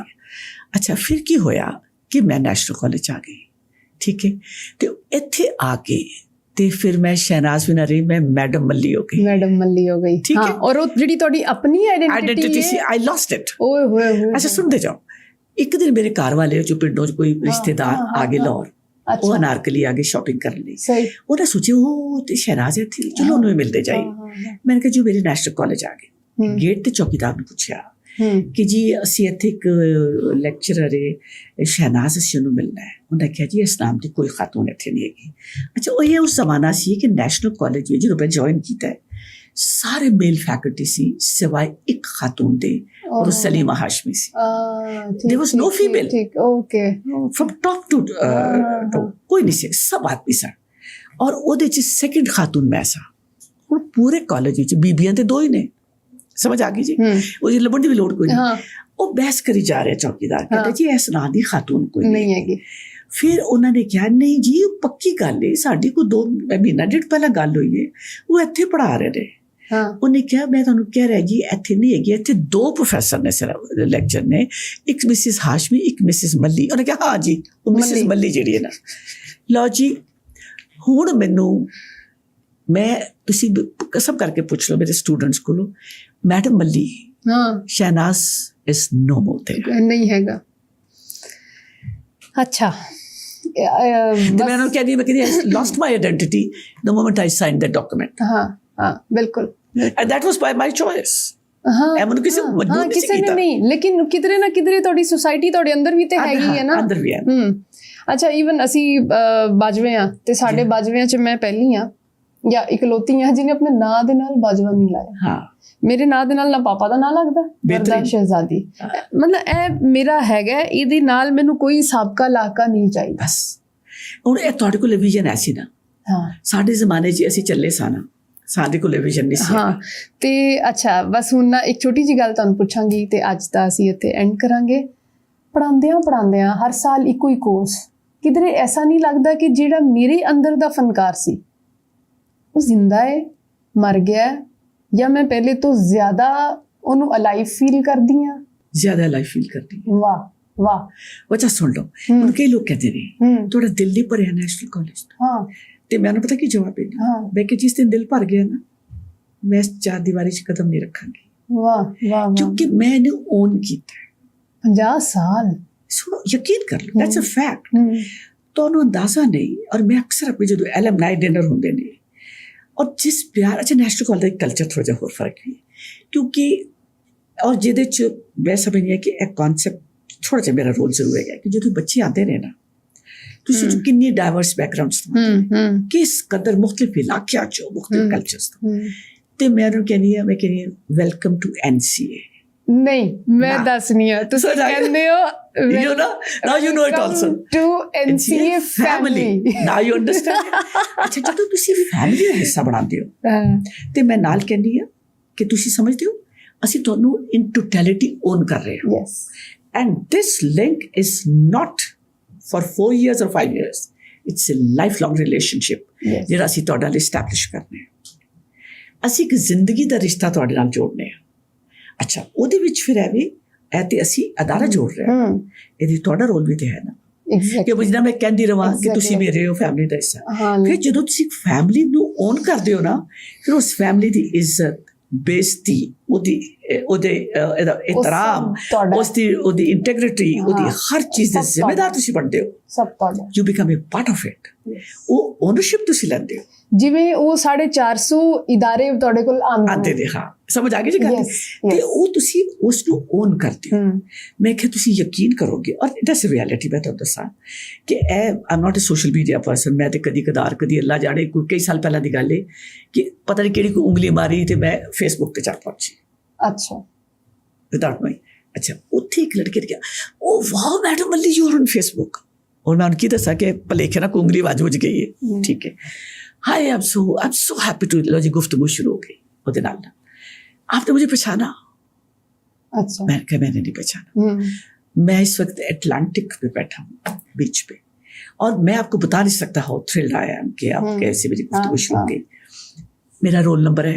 मैं कि मैंने याद नहीं आ रहा मेरा सेक्शन है मैं कि मैंने नहीं याद आ रहा कहते अब जो बात बताने लगा हूं ना उससे तो आपको पक्का याद आ जाएगा आपने मुझे 4 दफा क्लास से बाहर निकाला था मैं कि तेनू की पता कि तेरे बाद किन्ने 4000 किन्नी बारी निकले ने अच्छा लेकिन वो बच्चे वास्ते तुसी किन्ने इंपॉर्टेंट अच्छा तुसी इमेजिन करो कि मैं कहनी है मेरी जिंदगी दी सारी अगर कोई थकन सी यस तो ਉਹ ਲਮਹਿਆਂ 'ਚ ਗੁਜ਼ਰਦੀ ਹੈ ਜਦੋਂ ਇੱਕ ਬੱਚਾ ਅੱਛਾ ਮੈਨੂੰ ਸ਼ਕਲਾਂ ਯਾਦ ਨਹੀਂ ਰਹਿੰਦੀਆਂ ਮੈਨੂੰ ਸ਼ਕਲਾਂ ਯਾਦ ਨਹੀਂ ਨਾਮ ਯਾਦ ਨਹੀਂ ਰਹਿੰਦੇ ਠੀਕ ਹੈ ਤੇ ਜਦੋਂ ਕੋਈ ਆ ਕੇ ਕਹਿੰਦਾ ਨਾ ਮੈਡਮ ਮੱਲੀ ਉਹ ਜਿਸ ਪਿਆਰ ਨਾਲ ਉਹ ਮਿਲਦਾ ਹੈ ਤੇ ਮੈਂ ਐਲਮਨਾਈ ਡਿਨਰ ਦੇ ਉੱਤੇ ਜਦੋਂ ਵੀ ਕੋਈ ਜਦੋਂ ਮੁਲਾਕਾਤ ਹੁੰਦੀ ਜੀ ਨਾਲ ਤੇ ਮੈਂ ਉਹਨੂੰ ਹਮੇਸ਼ਾ ਕਹਿੰਦੀ ਹਾਂ ਮੈਂ ਬੜੀ ਅਮੀਰ ਔਰਤ ਹਾਂ ਚੌਰਾਹੇ ਜਾ ਕੇ ਅੱਛਾ ਉਹ ਸਾਰੀ ਮੇਰੀ ਸ਼ਕਲ ਦੇਖਦੇ ਨੇ ਕਿ ਪਾਗਲ ਹੋ ਗਈ ਬਾਜੀ ਕੀ ਹੋਇਆ ਇਹਨੂੰ ਮੈਂ ਕਹਿੰਦੀ ਮੈਨੂੰ ਯਕੀਨ ਕਰ ਲਓ 50 ਸਾਲਾਂ 'ਚ मैं टके किन्ने कमाए नहीं मैनू नहीं याद पर इसके बावजूद मैं बड़ी अमीर औरत हाँ कि जो मैं कमाया है वो दुनिया के कोने कोने और जिस तरीके नाल प्यार मुहब्बत है मैनू ओन करते ने और मैं समझनी हाँ कि मेरे हज़ारों की तादाद नाल मेरे अपने ने मैं जिन्हों एक नू आवाज़ देंगी इंज आ जाए तो इस तो बड़ी दौलत की है और हर दफा जो एक नवा पैच आता है मेरे वास्ते एक नवा चैलेंज होता है और छोटिया छोटिया उन्होंने हिदायतां दोबारा तो उन्होंने अनलर्न करना नहीं तुसी सोचो बस कर मैं इन्ना भी कहनी है ना कि मैं कहनी मेरी गल सुन मेरे नाल वादा करो ए हुण जेड़ा आंदा एक गल मेरे नाल वादा करो कि एक काम तुसा हर रोज करना है पहले वादा करो कहते हाँ जी अजे बताए क्या करना मैं क्या तुसी सारा दिन अपने यारां दोस्तां नूं मैसेज कॉलां करते रहंदे हो मेरे कहण उत्ते सिर्फ मेरे कहण ते एक कॉल तुसा हर रोज अपनी माँ या बाप नूं करनी ठीक है चाहे 2 मिनट ਲਈ ਬਿਲਕੁਲ ਮੇਰੇ ਕਾ ਤੁਹਾਨੂੰ ਕੁਝ ਅੰਦਾਜ਼ਾ ਹੈ ਕਿ ਤੇਰੀ ਮਾਂ ਢਾਡਰ ਦੇ ਇੱਕ ਪਿੰਡ ਵਿੱਚ ਬੈਠੀ ਹੈ ਤੇ ਜਿਸਲੇ ਕਾਲ ਆਦੀ ਹੈ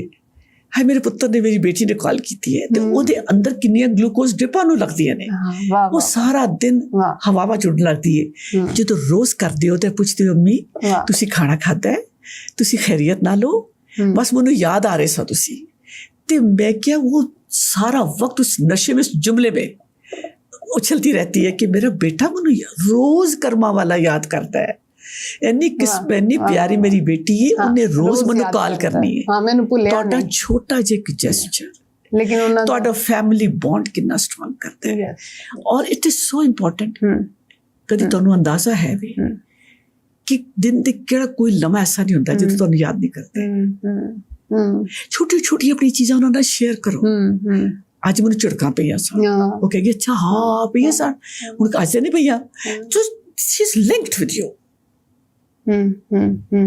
दे आर देयर और एक जेस्चर ਤੁਹਾਡੇ ਰਿਸ਼ਤੇ ਨੂੰ ਕਿੰਨਾ ਮਜ਼ਬੂਤ ਕਰਦਾ ਹੈ। ਕਿੰਨੀਆਂ ਕੁ ਉਦਾਸੀਆਂ, ਕਿੰਨੇ ਕੁ ਆਂਸੂ, ਕਿੰਨੀਆਂ ਕੁ ਆਹ ਭਰ ਕੇ ਇੱਕ ਇੱਕ ਚੀਜ਼ ਤੇ, ਕਿ ਤੁਹਾਨੂੰ ਚਾਵਲ ਪਸੰਦ ਹੈ ਤੇ ਮਾਂ ਚਾਵਲ ਦੇ ਨਿਵਾਲਾ ਖਾਂਦੇ ਵੀ ਆਂਸੂ ਆ ਰਹੇ ਨੇ, ਮੇਰਾ ਬੱਚਾ ਨਹੀਂ ਹੈਗਾ। ਸੋ ਡੂ ਦੈਟ। ਤੁਸੀਂ ਅੱਜ ਪਹਿਲੀ ਵਾਰੀ ਪੰਜਾਬੀ ਚ ਇੰਨਾ ਬੋਲੇ ਹੋ, ਹਨਾ? ਅੱਛਾ, ਮਜ਼ੇ ਦੀ ਗੱਲ ਤੁਹਾਨੂੰ ਦੱਸਾਂ ਕਿ ਜਦੋਂ ਤੁਸੀਂ Do you know why I'm here? It was very challenging for me.